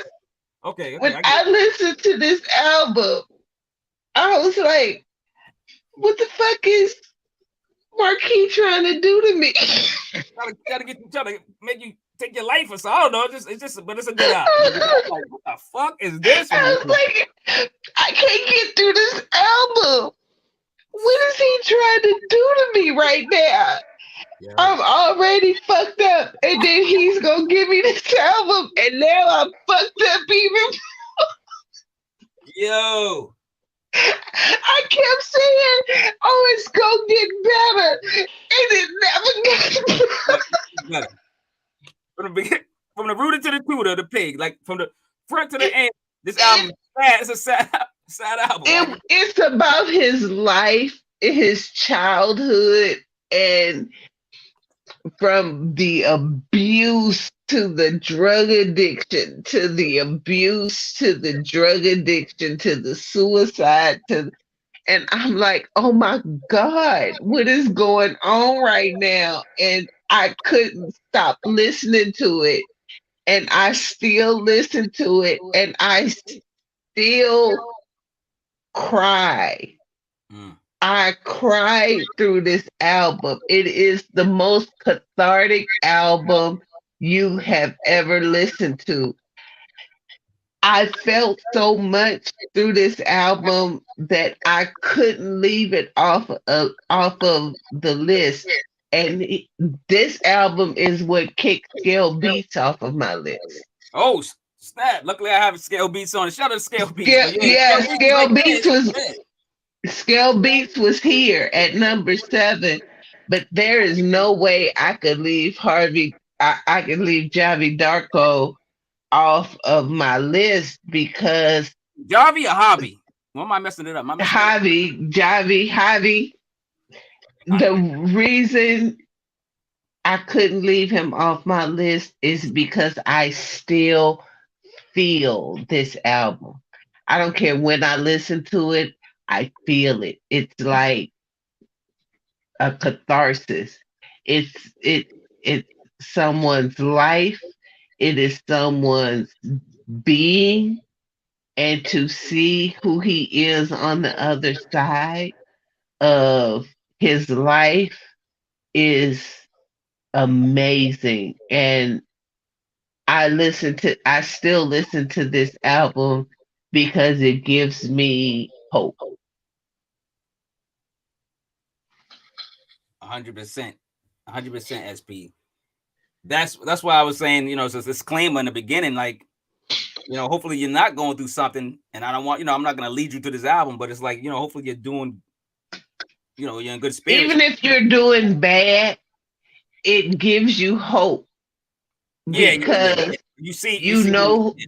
you see and you understand and you know that no matter how bad it is for you, somebody has it worse, and there's always light at the end of the tunnel. And so when I finished this album, it didn't leave me in a bad place. It left me hopeful. Yeah. Yeah. That's a perfect way to describe it, because but still I like to use a disclaimer, because you just never know what Yeah, a you person's never going know what through. people are going through. Yeah, you don't want to just say, "Hey, go listen to this album." Then they're like, something's going on, something happens. So Hmm. it's just it's a great project, and I'd rather somebody be in a good state, and then you know what I'm saying, and then still Yeah, know about that dark side. Maybe they went through it and they already on the other side, maybe, and then it gives them more hope. And yeah. yeah, it's a passionate and beautiful album. Like I don't know what else to say, man. You know, go check What's it your out. number 6? My number 6 is Crime Apple. Crime Apple, Mm, great MC, man. A lot of people sleeping on Crime Apple. He put a project together with DJ Skis.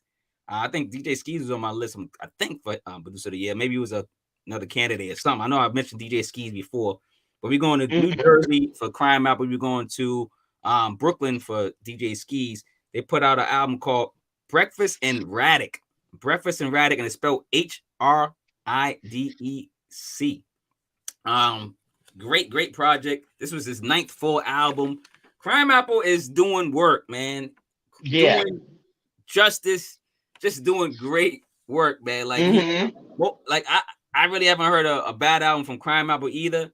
He speaks fluent Spanish, so he has a Spanish album with DJ Muggs. That'd be another controversial album, like of what is that, an underground? I still say it's an underground album, and then it's in Spanish. It's like I want to get that album translated so bad, the album that he did with DJ Muggs, because those beats are glorious too. But Crime Apple, DJ Skis, a shout out DJ Skis, is a producer, Breakfast and Radic. Hmm. I can't get enough of this album. I can't get enough of Crime Apple. I found Crime Apple probably a year or so ago, maybe a little longer, and I've been just tapping into his work slowly but surely. And I love Crime Apple. I love what he does. Yeah. Great MC. So that's my number 6 for underground, man. Underground. Yep. My number 6 is Homeboy Sandman, Still Ooh. Champion. Ooh. Homeboy Sandman is another unique artist. Um, he's not talking about dope. He's not talking about bad relationships. He is just talking about eating good, feeling good, living good, being good. Mm-hmm. And Homeboy Sandman, when you listen to his albums, you just want to be a better person. Yeah, yeah, There right, is right. You really do. you just want to be better because of his music. Homeboy Sandman is somebody I think people don't pay enough attention to. We get so caught up in the negative that we forget that there is a whole lot of positives to life.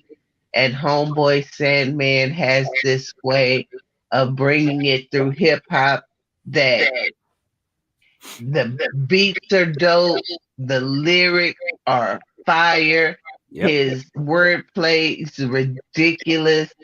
Homeboy Sandman, if you haven't tapped into him, you need to tap into. I want to give you credit for that. That's another artist that you introduced me to last year. I think I heard of him, but I just never really tapped into him. But he's another artist that's different. He's another artist that Yeah, raps. Oh, we got some more spam on a. I don't know if you want to block them too. It's look like the same person. But anyway, you know, Homeboy Sandman is a different artist. He's just a unique artist, and I'm gonna be tapping into him this year more and reviewing his album. Hopefully, we can have him on the show because he seems like one of those artists that seems interesting. He's an interesting artist. Like you tell, he has more to offer than just the music. And I want to tap into more of what Sandman is doing. Now you're putting the stuff on. Don't put it on the screen. I'm trying to block it. It won't let me. Oh, get it off. Can you get it off the screen? Like you're giving them I advertising. tried to block it. Yeah, but get them off the screen. Like get them off the screen. What the hell's going on, man? We're not It promoting that. won't let me block it. That is not a sponsor. What the hell's going on? There you go. You blocked it. All right. I had Yeah, to put him in you pressing, timeout. you pressing wrong buttons. What's going on? But anyway, yeah, like DJ Sandman is just a dope artist. Like I said, I'm gonna start tapping into him real soon. Let's get into our top five. Let's get into our top five underground artists of 2022. Um, since I'm starting it off. And this is funny. This album was going up and down and down. It was like number one for a long time until a couple other ones, bumped them out.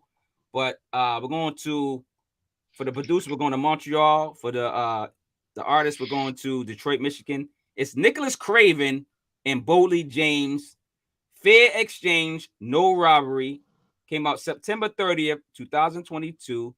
37 minutes. Listen, man, I listened to this album like I listened to Pusha T's album. This is one of those drug talk, street talk, whatever you want to call it, albums. Boldy James is in the streets. He's a street rapper. He's a cocaine, dope rapper, whatever you want to call him. Yeah. But he has substance. He has flair. He has storytelling abilities. He's just a lot of people say he's a sleepy rapper, the whatever, the codeine, whatever you want to call a rapper. But Nicholas Craven pulls something out of Boldy James. I don't know if it's got to be the beats, it's got to be the tone, it's got to be the upbeat tempo, it got to be something in what Nicholas Craven is doing because he did it with Ransom. He did it with Ransom, and Nicholas Craven does it with a lot of artists. Yeah, and he does it every time I hear Nicholas Craven, Boldy James single. And then when I was so excited that they did an album together, and this Fair Exchange, No Robbery is something I can't put down. I listen to it throughout, on and on, all the time. I love this. I love this project, man. So that's my number 5, man, for underground artists, man. This is dope. What's your number 5, Queen? So my number 5 is Apollo Brown and Fillmore Green, Cost of Living. Talk about this album is so real. It's just realness personified. There is something about this album that not only makes you nostalgic, but it also makes you aware, and then it makes you hopeful. It is one of the best put together albums that I've heard in a long time. The reason he ended up on my list, because I know Apollo Brown is known, but Fillmore Green as an artist is ridiculous. He is so honest in his lyrics. He is so forthright in his lyrics that it has touched me since it came out. It has made me uh tap in. It made me. This album made me tap into Fillmore Green. And when you can do that as a DJ artist combination, it is special. And I have become a fan of Fillmore Green because of this album. It's funny because I believe I first heard him on his album too. Fillmore Green, like you said, from Chicago. Another Chicago will never forgot how to rap. Hashtag. Shout out to I Am God. You know, yeah, Fillmore Green was introduced to me from I Am God. Great MC, great lyricist. Go check him out too. Hmm. And when this album came out, I wasn't surprised because I heard him, rapping on other, other people's albums. I'm like, yo, this dude's dope, man. And you got to remember, um, you know, this producer doesn't just gravitate to anybody and just produce everybody's album. You know what I mean? Like Hmm. he gets the elite MCs, these rappers that are barely known. Like when Apollo Brown did something with Shay Noah, nobody Hmm. ever thought that album was gonna be as good as it is. But I did, only because I knew she was a great lyricist and he was a great producer. And he Hmm. doesn't just he actually sits with these artists, he talks to these artists, he's with these artists, he's in the studio with the artist. Like he's not just sending beats. Yeah. He's crafting these records around the artist, which is a And lot different from what a lot of producers do. what he did for Fillmore Green is ridiculous because I felt who he was as a man. And anytime you can listen to music and feel your humanity,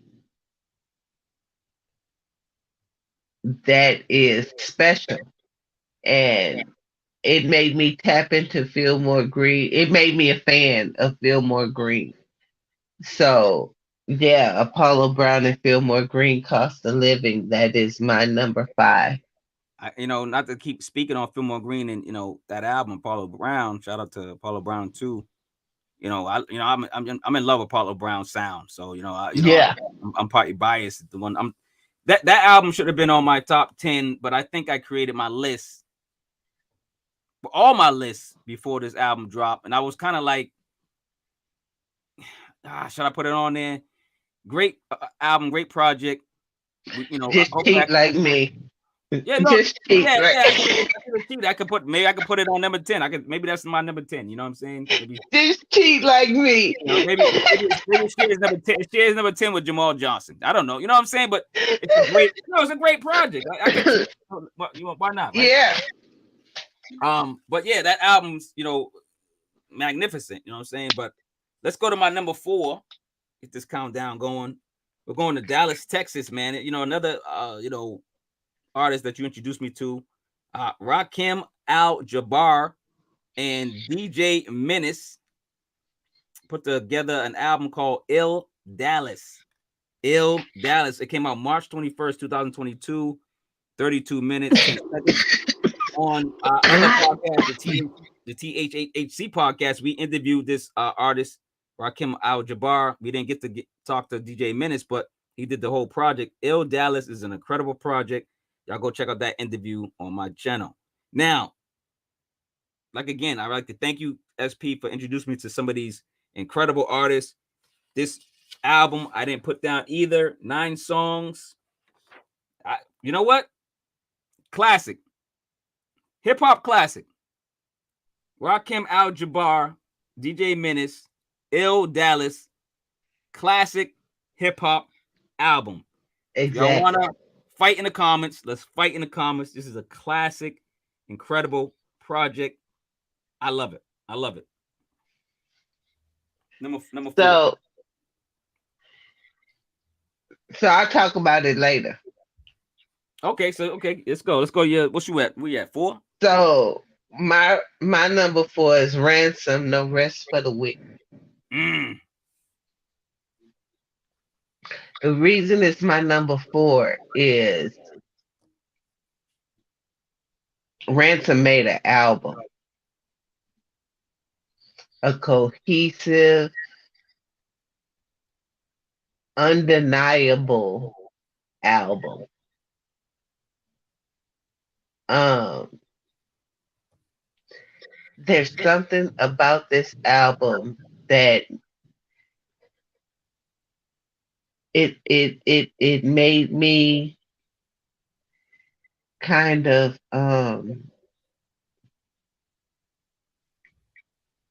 go back to it. And I listened to Ransom's album, and normally I go back to it to catch the bars. But this album is a Ransom album that I go back to just because I love it, which is new for me. Um, it's my number 4 because Ransom is ridiculous lyric. Ridiculous. Ridiculous. Lyrically, he is fucking ridiculous. But this album was not only lyrically ridiculous, but it was soul sick. Mm. And that is why it's my number 4. Ransom not only exhibited ex- expert lyricism, but it made me feel Mm. Ransom. And so, No Rest for the Wicked is one of my favorite albums this year. I can't disagree. I'm about to cheat and put it on my number 9 with DJ Riggs. You know what I'm saying? But but it was a great project, great album. And Yeah, it was the first time I felt Ransom. It was normally wait, I hear wait a minute. What about when he was with Nicholas Craven doing those what? it was when he was with Nicholas Craven, it was lyrically beautiful. Ransom is always lyrically elite on a whole nother level of lyricism. But I felt him like he gave something of himself in this album. Oh, okay. I get what you're saying. It was a different kind of feeling for me with this album. Okay. And it was hard for me to pick him as number 4 on this album because the number 4 I wanted was actually DK and Ghetto Socks. What's that one? Who's that? What's that? DK is a producer. Ghetto Socks is a lyricist from overseas. It is a spectacular album. It is a spectacular album. You should go and listen to it if you want to, but the feeling I got from Ransom made me put him right here for number 4. All right. I don't know what's I going on with this girls is the 6ix9ine, yeah, but I gotta just bring it blocked out him. again. Him or her. Listen, we must be doing something right. We got some haters on there trying to put spam. They spamming our channel, putting sex stuff up there. Get out of here with your dating adult site, man. We ain't interested. No, listen, Ransom is on my t-shirt. SP, you keep putting it up there. I'm sorry, I keep trying to block Yeah, it. yeah. But Ransom's been my number one MC rapper lyricist for Yeah, 3 years straight. Now I make like I tell people I make these t-shirts, hoodies every year. I do a top 5 lyricists, t-shirts / hoodie, and I do one for the producers too. No one's knocked them off number one yet. 3 years straight. So yeah, 2022, 2021, 2020. Ransom's been since I've been making these shirts. Y'all go support, check it out. But he's been my number one lyricist no matter what, because he's putting out quality work. These albums are amazing. And if the albums are not like as dope as people think they are, the lyrics are, you know what I'm saying? Maybe the beats not be as good, but the beat, the lyrics, he's top 5. He's top 5 all day as a lyricist. But he's number one in my book yeah. for 3 years straight. That's all I gotta say. So shout out to But Ransom. the reason he finally made any list that I've done, I've never had Ransom on my list. The only reason Ransom has made my list is because this is the first album Ransom made where I felt him as a man. I get it. While I talk about my number 3, try to get this off the screens. I don't even want it on the screen. It shouldn't be getting advertised. But let me talk about my number 3. Huh? It's off. No, it's still on there. I see it on my side on my Well, comments. it's just on yours because I took it Oh, out. it's off? Okay. Okay, don't worry. Okay. All right. So my number 3 for underground albums of the year of 2022 is Killer Priest. Killer Priest, numerous albums, great Yeah. MC, great lyricist. He put out a personal album. I guess his mom's passed recently. The album's called Mother. It came out September 22nd, 2022. 25 minutes. Now, this is one of those albums that you said, like we talking about, Harvey Darko. Like it's a feeling. It's a album that you feel. You know what I'm saying? You feel sympathy for him. You feel, you think to yourself, when my mom's passes away, or if your moms did pass away, you think about your moms. You think about maybe somebody that raised you, if it wasn't your mother. You think about some loved ones that you think about loved ones. You think about your kids. You think about whatever on this project. Came out September 22nd, 2022. Man, it's a great project dedicated to his moms, and it's just one of the best projects Killer Priest ever put out. And this is saying a lot because he puts out great albums, and every album is different. Yeah. Every album has a different tone. Every has a different gesture, just a different theory, a different whatever. You know what I'm saying? Different flows. Like he's just an incredible artist, and I love Killer Priest, and ever since he's been a Woo affiliate, I've been a fan. Basic instructions before leaving Earth. Like before, when I first heard that, I'm like, who is this guy? I'm gonna be a fan forever, and I've been a fan. He just puts out so much music, I can't catch up. But I caught up to this album, Killer Priest, Mother, number 3, Underground. Just a dope. Go check it out. Go check it out. You might cry. You might cry. Yeah. Let's say. Yeah. It is an emotional album. I love that album. Yep. But my number 3 is Change Your Views, Science of Life. Ooh. So Science of Life is 2 brothers. Science of Life has been putting out dope albums since the 90s. Science of Life is one of those collabs that is meaningful. It is a teaching album. It is one of those albums you listen to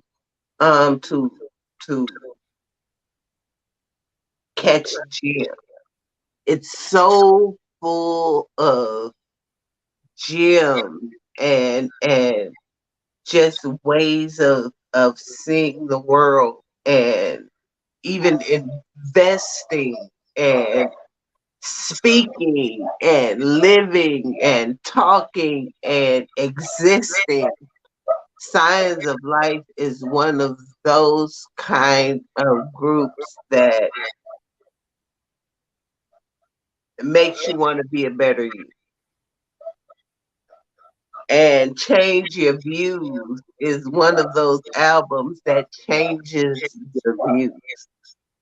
It changes your views on life. It changes your views on wealth. It changes your views on investing. It changes your views on living, family, fatherhood, family. It is just one of those albums that changes you. Did we review that album? I remember this album for some reason. Um, I don't know if we did Change Your Views, but Okay. this is one of those albums that just uh, it is classic boom bap hip hop, and it is classic. It is a classic album that people are overlooking, and they should uh, check it out. So, Change Your Views is my number three. Science of Life. No, great selection, great pick. For some reason I know I at least listened to it, or I know I like the album. I just don't remember. I think we reviewed it. Maybe I did. I'm not sure. But number two for me for underground artist 2022, man, is Coda the Friend. KOTA the Friend. It's called Lyrics to Go Volume 3. It came out January 14th, 2022. 22 minutes long, man. This project, again, if it's my number two, you know it's amazing. I five Mike Debbie song. It's about 10 records, man. I've been a fan of Coda the Friend for at least 2 years straight, man. And I listen to anything he drops, and he's never disappointed me with albums, with collaborations, or whatever he's doing, featuring Coda the Friend, man. Great artist, man. I can't get enough of this album. Lyrics to Go Volume 3. I gotta go. That means y'all gotta go check out his catalog, man, because this is number 3. Y'all know he got 2 and 1, and then he got various other albums to listen to. But start off with this one, man. Lyrics to Go Volume 3. You'll be a fan. You'll be stuck like glue when you start listening to Coda the Friend, especially with this album. And I want you guys to tap into him. It's my number 2, man. I can't get enough of this album. I can't. I play it every time. It don't matter. It's like one of those. It's like an album. You go, what should I play today? And and this is the album I think about. This is one of the albums I think about, and I put it on. So Yeah. Coda the Friend, Lyrics to Go, Volume 3. Love it. Number 2. My number 2 is Fly Anakin Frank. I'm about to cheat again. I'm about to cheat. Throw him on the list. Yeah. Fly Anakin is so fire, so dope. He is one of those artists. He's an artist. Mm. Fly Anakin is I can't even explain this album. It's so dope to me. Yeah. It's so dope to me. It's hard to even explain how incredible Frank is. No, it's an Frank, amazing album. Amazing album. Frank is one of those albums I think it came out in February. Mm-hmm.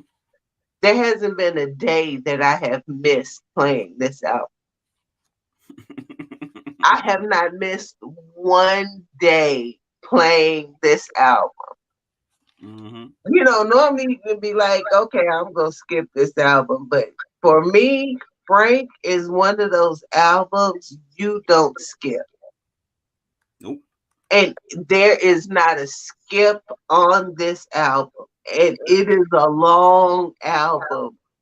And you don't even realize how long it is. Nope. So If you don't know who Fly Anakin is, you need to figure out who Fly Anakin is. Fly Anakin, Anakin. Fly Anakin. This has been one of my top albums since it came out. It was in my middle of the year list, and it is still high on my list right now. If we had combined industry albums and underground albums, it would have even this album would have knocked out Nas for me. Oh, wow. That's how fire this album is to me. It is different. It has a different sound. The lyricism is always there, but it leaves when you leave this album, you leave feeling better. Fly Anakin did it on this album. Frank is such a dope album. If you haven't checked out this album, you need to. Again, his name is Fly Anakin, and the album is Frank. No, like this album is funny because you said it. I keep, it's another album. I go, oh man, I should have put it on my list. That type of album, right? Yeah. Great project, great artist. He's one of those artists, like you said, he's lyrical, storytelling. He's just dope, just a dope MC, right? Yeah. For me, the only reason I think I didn't probably put him on my list, and I think it's a great album. It's one of his best albums. I think it is. It might be his best album. Like, you know what I'm saying? But I think the only reason I think I left it off the list was he's one of those rappers that you really, really got to pay attention to when you hear him rap. Yeah. You know what I mean? Like his voice and his tone and his cadence, you gotta, it's sometimes like it kind of gets lost in the matrix. So you gotta like really listen. He's one of those artists that you might have to cheat and go get not saying he's he's not speaking clear, but it's not clear enough to like listen for the first time. You gotta rewind it, you gotta check it out, you gotta kind of like tap into it and really, really listen. You might have to like to get the bars, get the lyrics, and kind of read along with it. But as you know, my favorite artist is Lupe Fiasco. Yeah, my favorite artist is Lupe Fiasco. So when I listen to Fly Anakin, it is that Lupe-esque feeling where you can't just listen. You have to pay attention. Hear. You have to hear. That's what I'm saying. You have to pay attention to Fly Anakin, which is a good thing. Because if you want to, that's what the artist wants you to do. Listen to the artist, listen to that person, listen to their work, and really like be intrigued with it. And he's that artist that you gotta sit down. You can't be running around doing stuff when you listen to Fly Anakin. That's what I'm saying. You gotta like sit down and listen to him. Exactly. He's a professor. He's a teacher. You gotta sit down and listen to him. And I think he's one of those albums that I put to the side because I'm like, it's so dope, intriguing, voice tone, just everything's dope. It's kind of it's like listening to, I don't know, Mooch from The Cloth or, West Side Gun from Griselda. It's like listening to Lupe. You have to be. You gotta listen. You gotta like really pay attention to become a fan. Yeah, and Fly Anakin is one of those rappers that he exceeds the bar. Yeah. 100%. 100%. 110%. So, like apologize to Fly Anakin, you're a dope rapper. Hope you don't take anything I'm saying, out of content, but you're one of the, you're in that category. You will be spoken about, between SP and myself various times. You're just a dope rapper. Let's go to number one, man. Drum roll, man. Now it's funny that you mentioned this artist earlier, but I didn't pick that particular album. Now my number one is, and I think he's an incredible MC, new to a lot of people, Phil V. My number one is Phil V. He did an Yeah, album with Clipto Beats. I think yeah. he changed his name to Clipto, but it's Clipto Beats, I believe. Phil V and Clipto Beats put an album together called God's Earth. Mm, God's Earth came out that was dope. March 22nd, 2022. It was about 26 minutes. And I cannot put this album down. 10 songs. And again, man, if it's my number one, you know what I'm going to say. Hip hop classic. It's the way he formats the songs, him and Clipto. It's the way he Hmm. goes in the pocket, the way he raps, the way he's Hmm. spiritual. I'm not a spiritual person either. For me to have this number one, Yeah. like if you really know me, you're gonna be like, yo, Mark, you don't believe in God. You might think I don't believe in God the way I talk, but I believe in a higher power. I believe in something's going on out there. It's some spiritual world, something spiritual, something that we need to get back into, tap back into. We need to tap back into God's earth.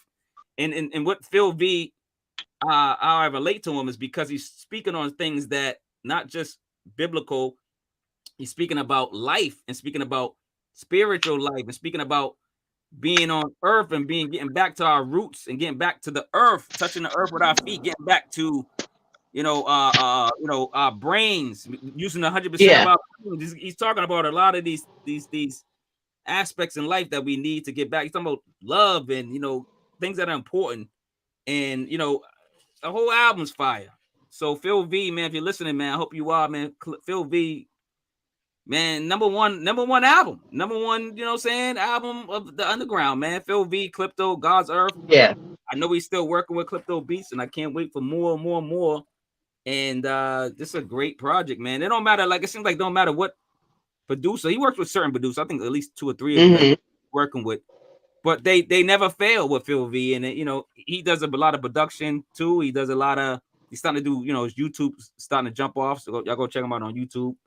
And stuff like that. Just check out his discography, man. Phil V, man, great artist, man. You're number one, man. My book. That's it. Number one. So for me, my number one is Ill Dallas. Oh, okay. Rakim Al-Jabbar. Yep. This album has stuck with me since I heard it. Ill Dallas is the epitome of the South. It is, um, I think I've said this before, it is religiously grimy. Yep. It is Texas in a handbasket. It is that line we walk of being uber religious and yet living in the world that we live in. Rakim Al-Jabbar is Scarface-esque, but on a different level. 100%. I have loved this album since the first time I heard it. I think I introduced you to the No, album. you did. I told you he's my number 4, and I told you that's the first thing I think I said. That thank you for introducing me to these various artists. Wise the Dome introduced me to this album, Shout out to and Wise the Dome. I have been grateful ever since because this album has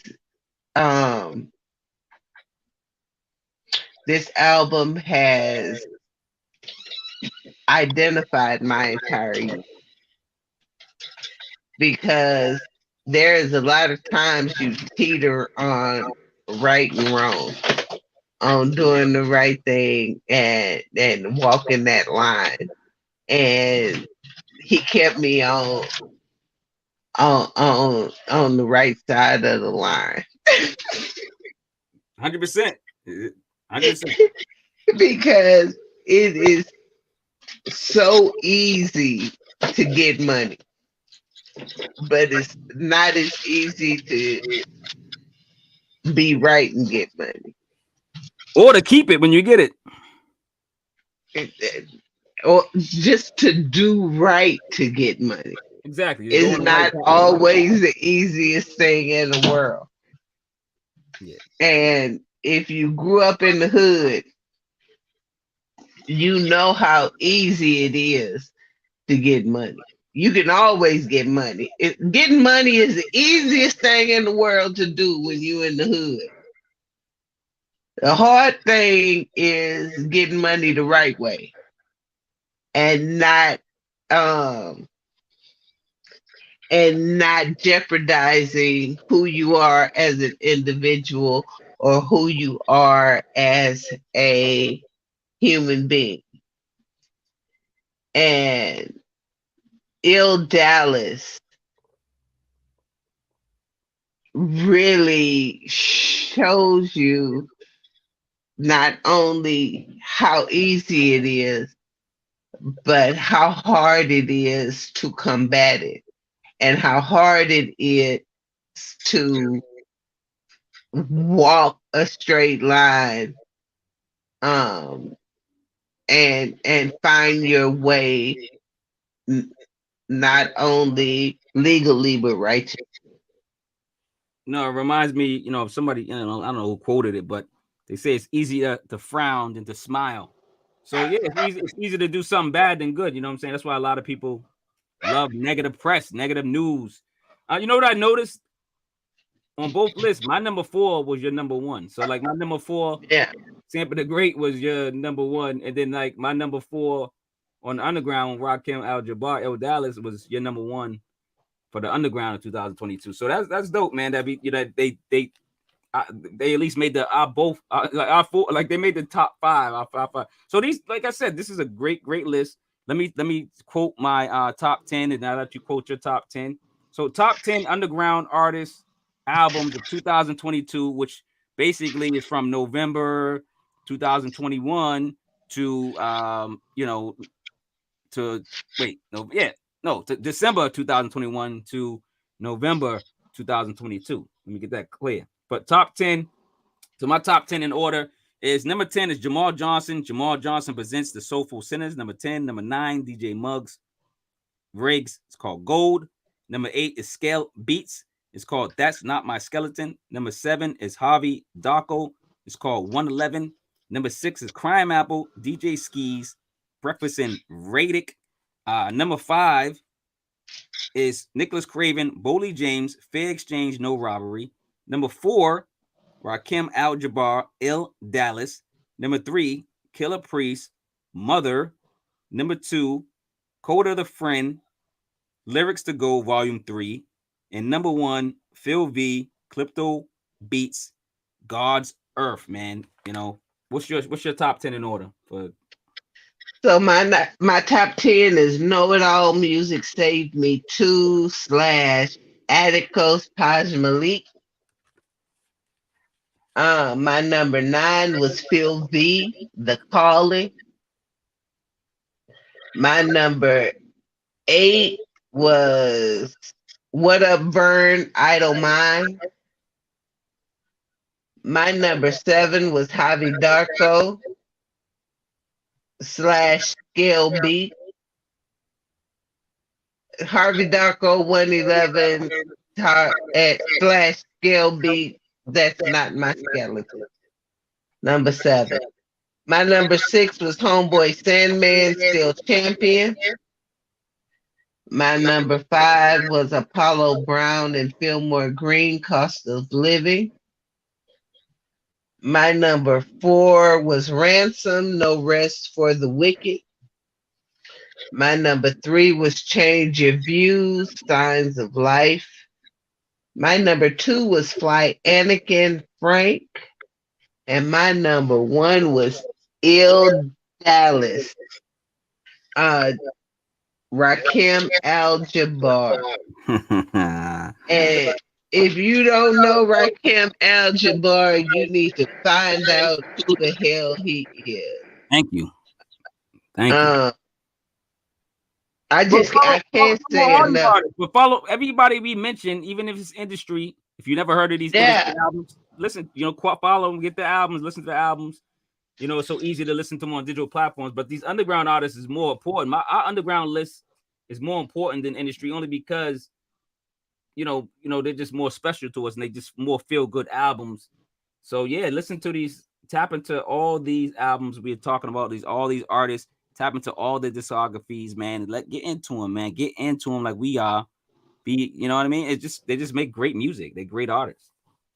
Support the music you want to hear. I even Crooked Eye asked, what can we do to elevate conscious artists? Each one of these artists that we talked about are have a level of consciousness that is not explored regularly. And we need to tap into them and we need to support them. Support the music that you want to hear. No, 100%, man. And like I said, man, great podcast, great list, top 10 industry albums, top 10 underground albums.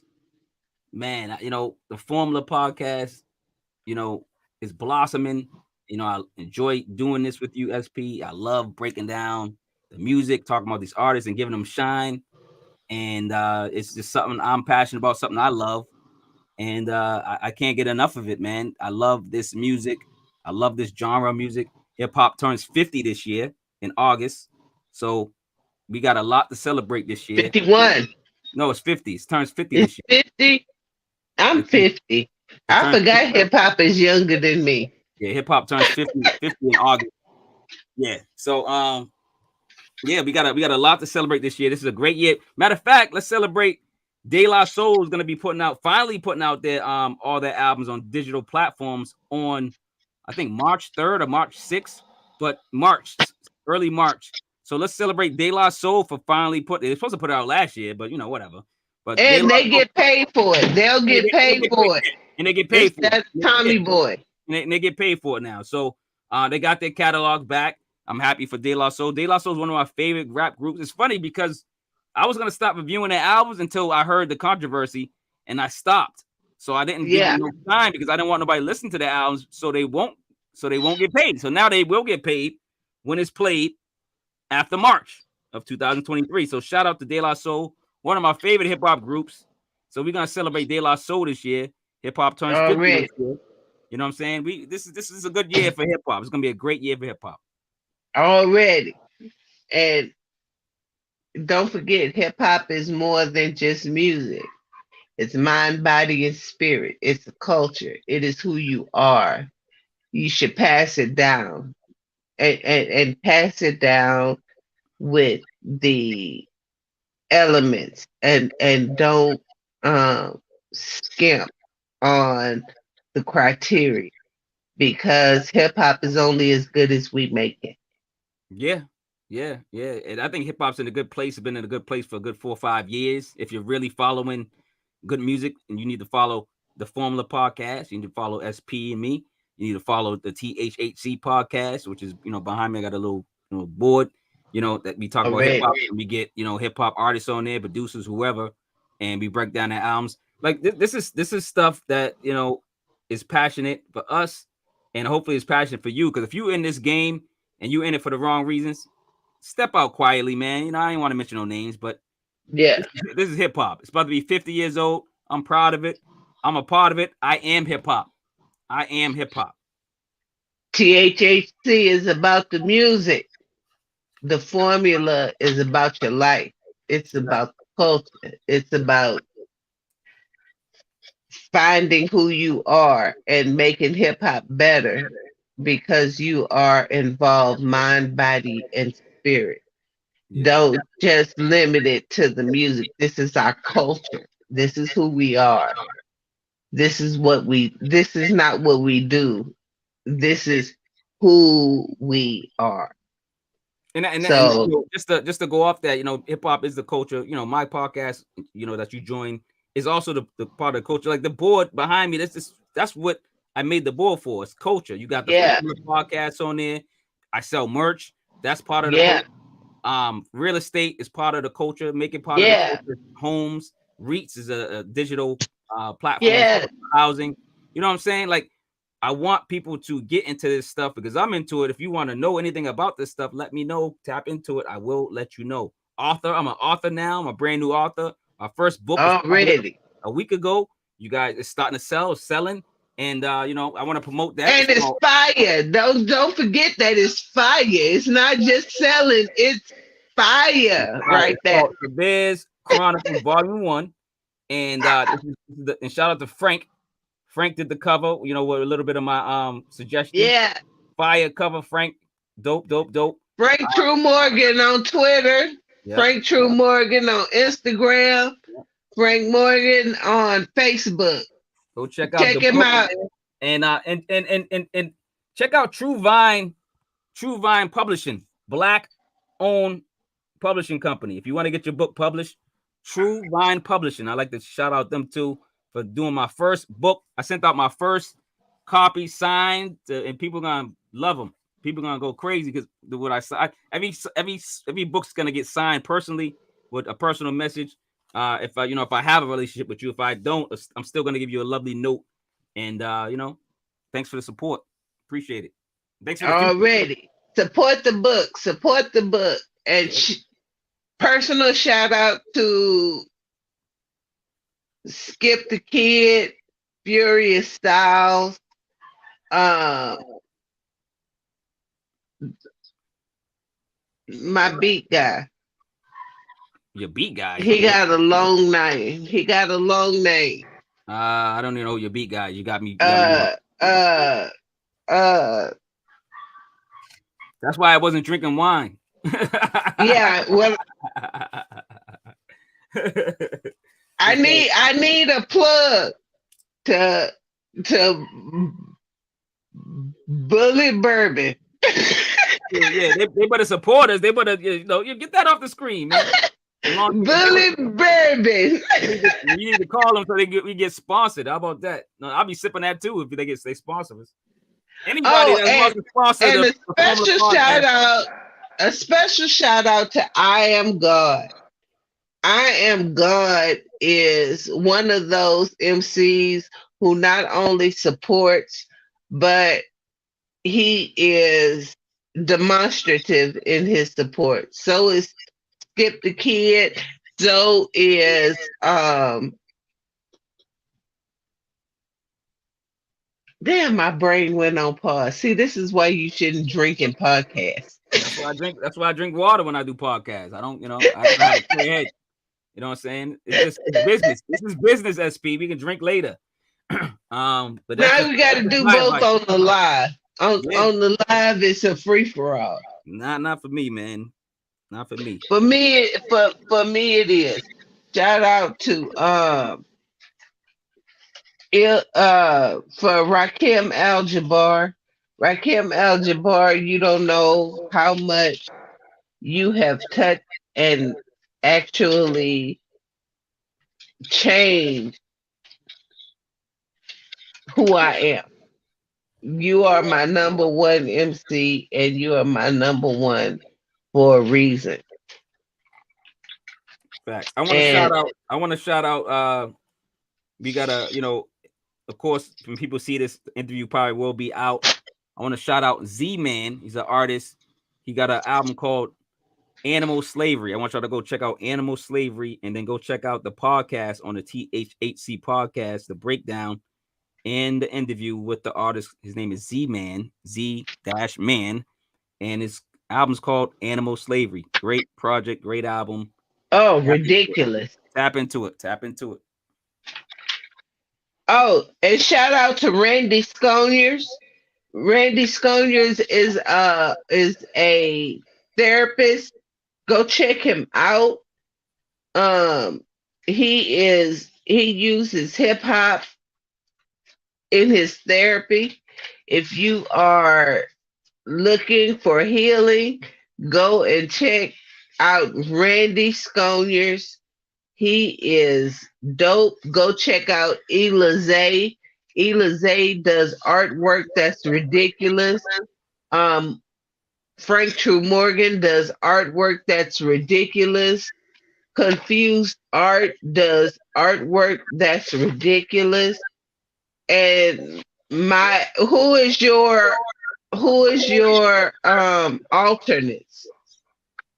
Oh, you mean like the artists that I didn't put on the list? But you wanted to. Well, it's probably the ones that you were talking about. I think Frank, the album Frank with now you got me drawing a blank with Frank Fly Anakin.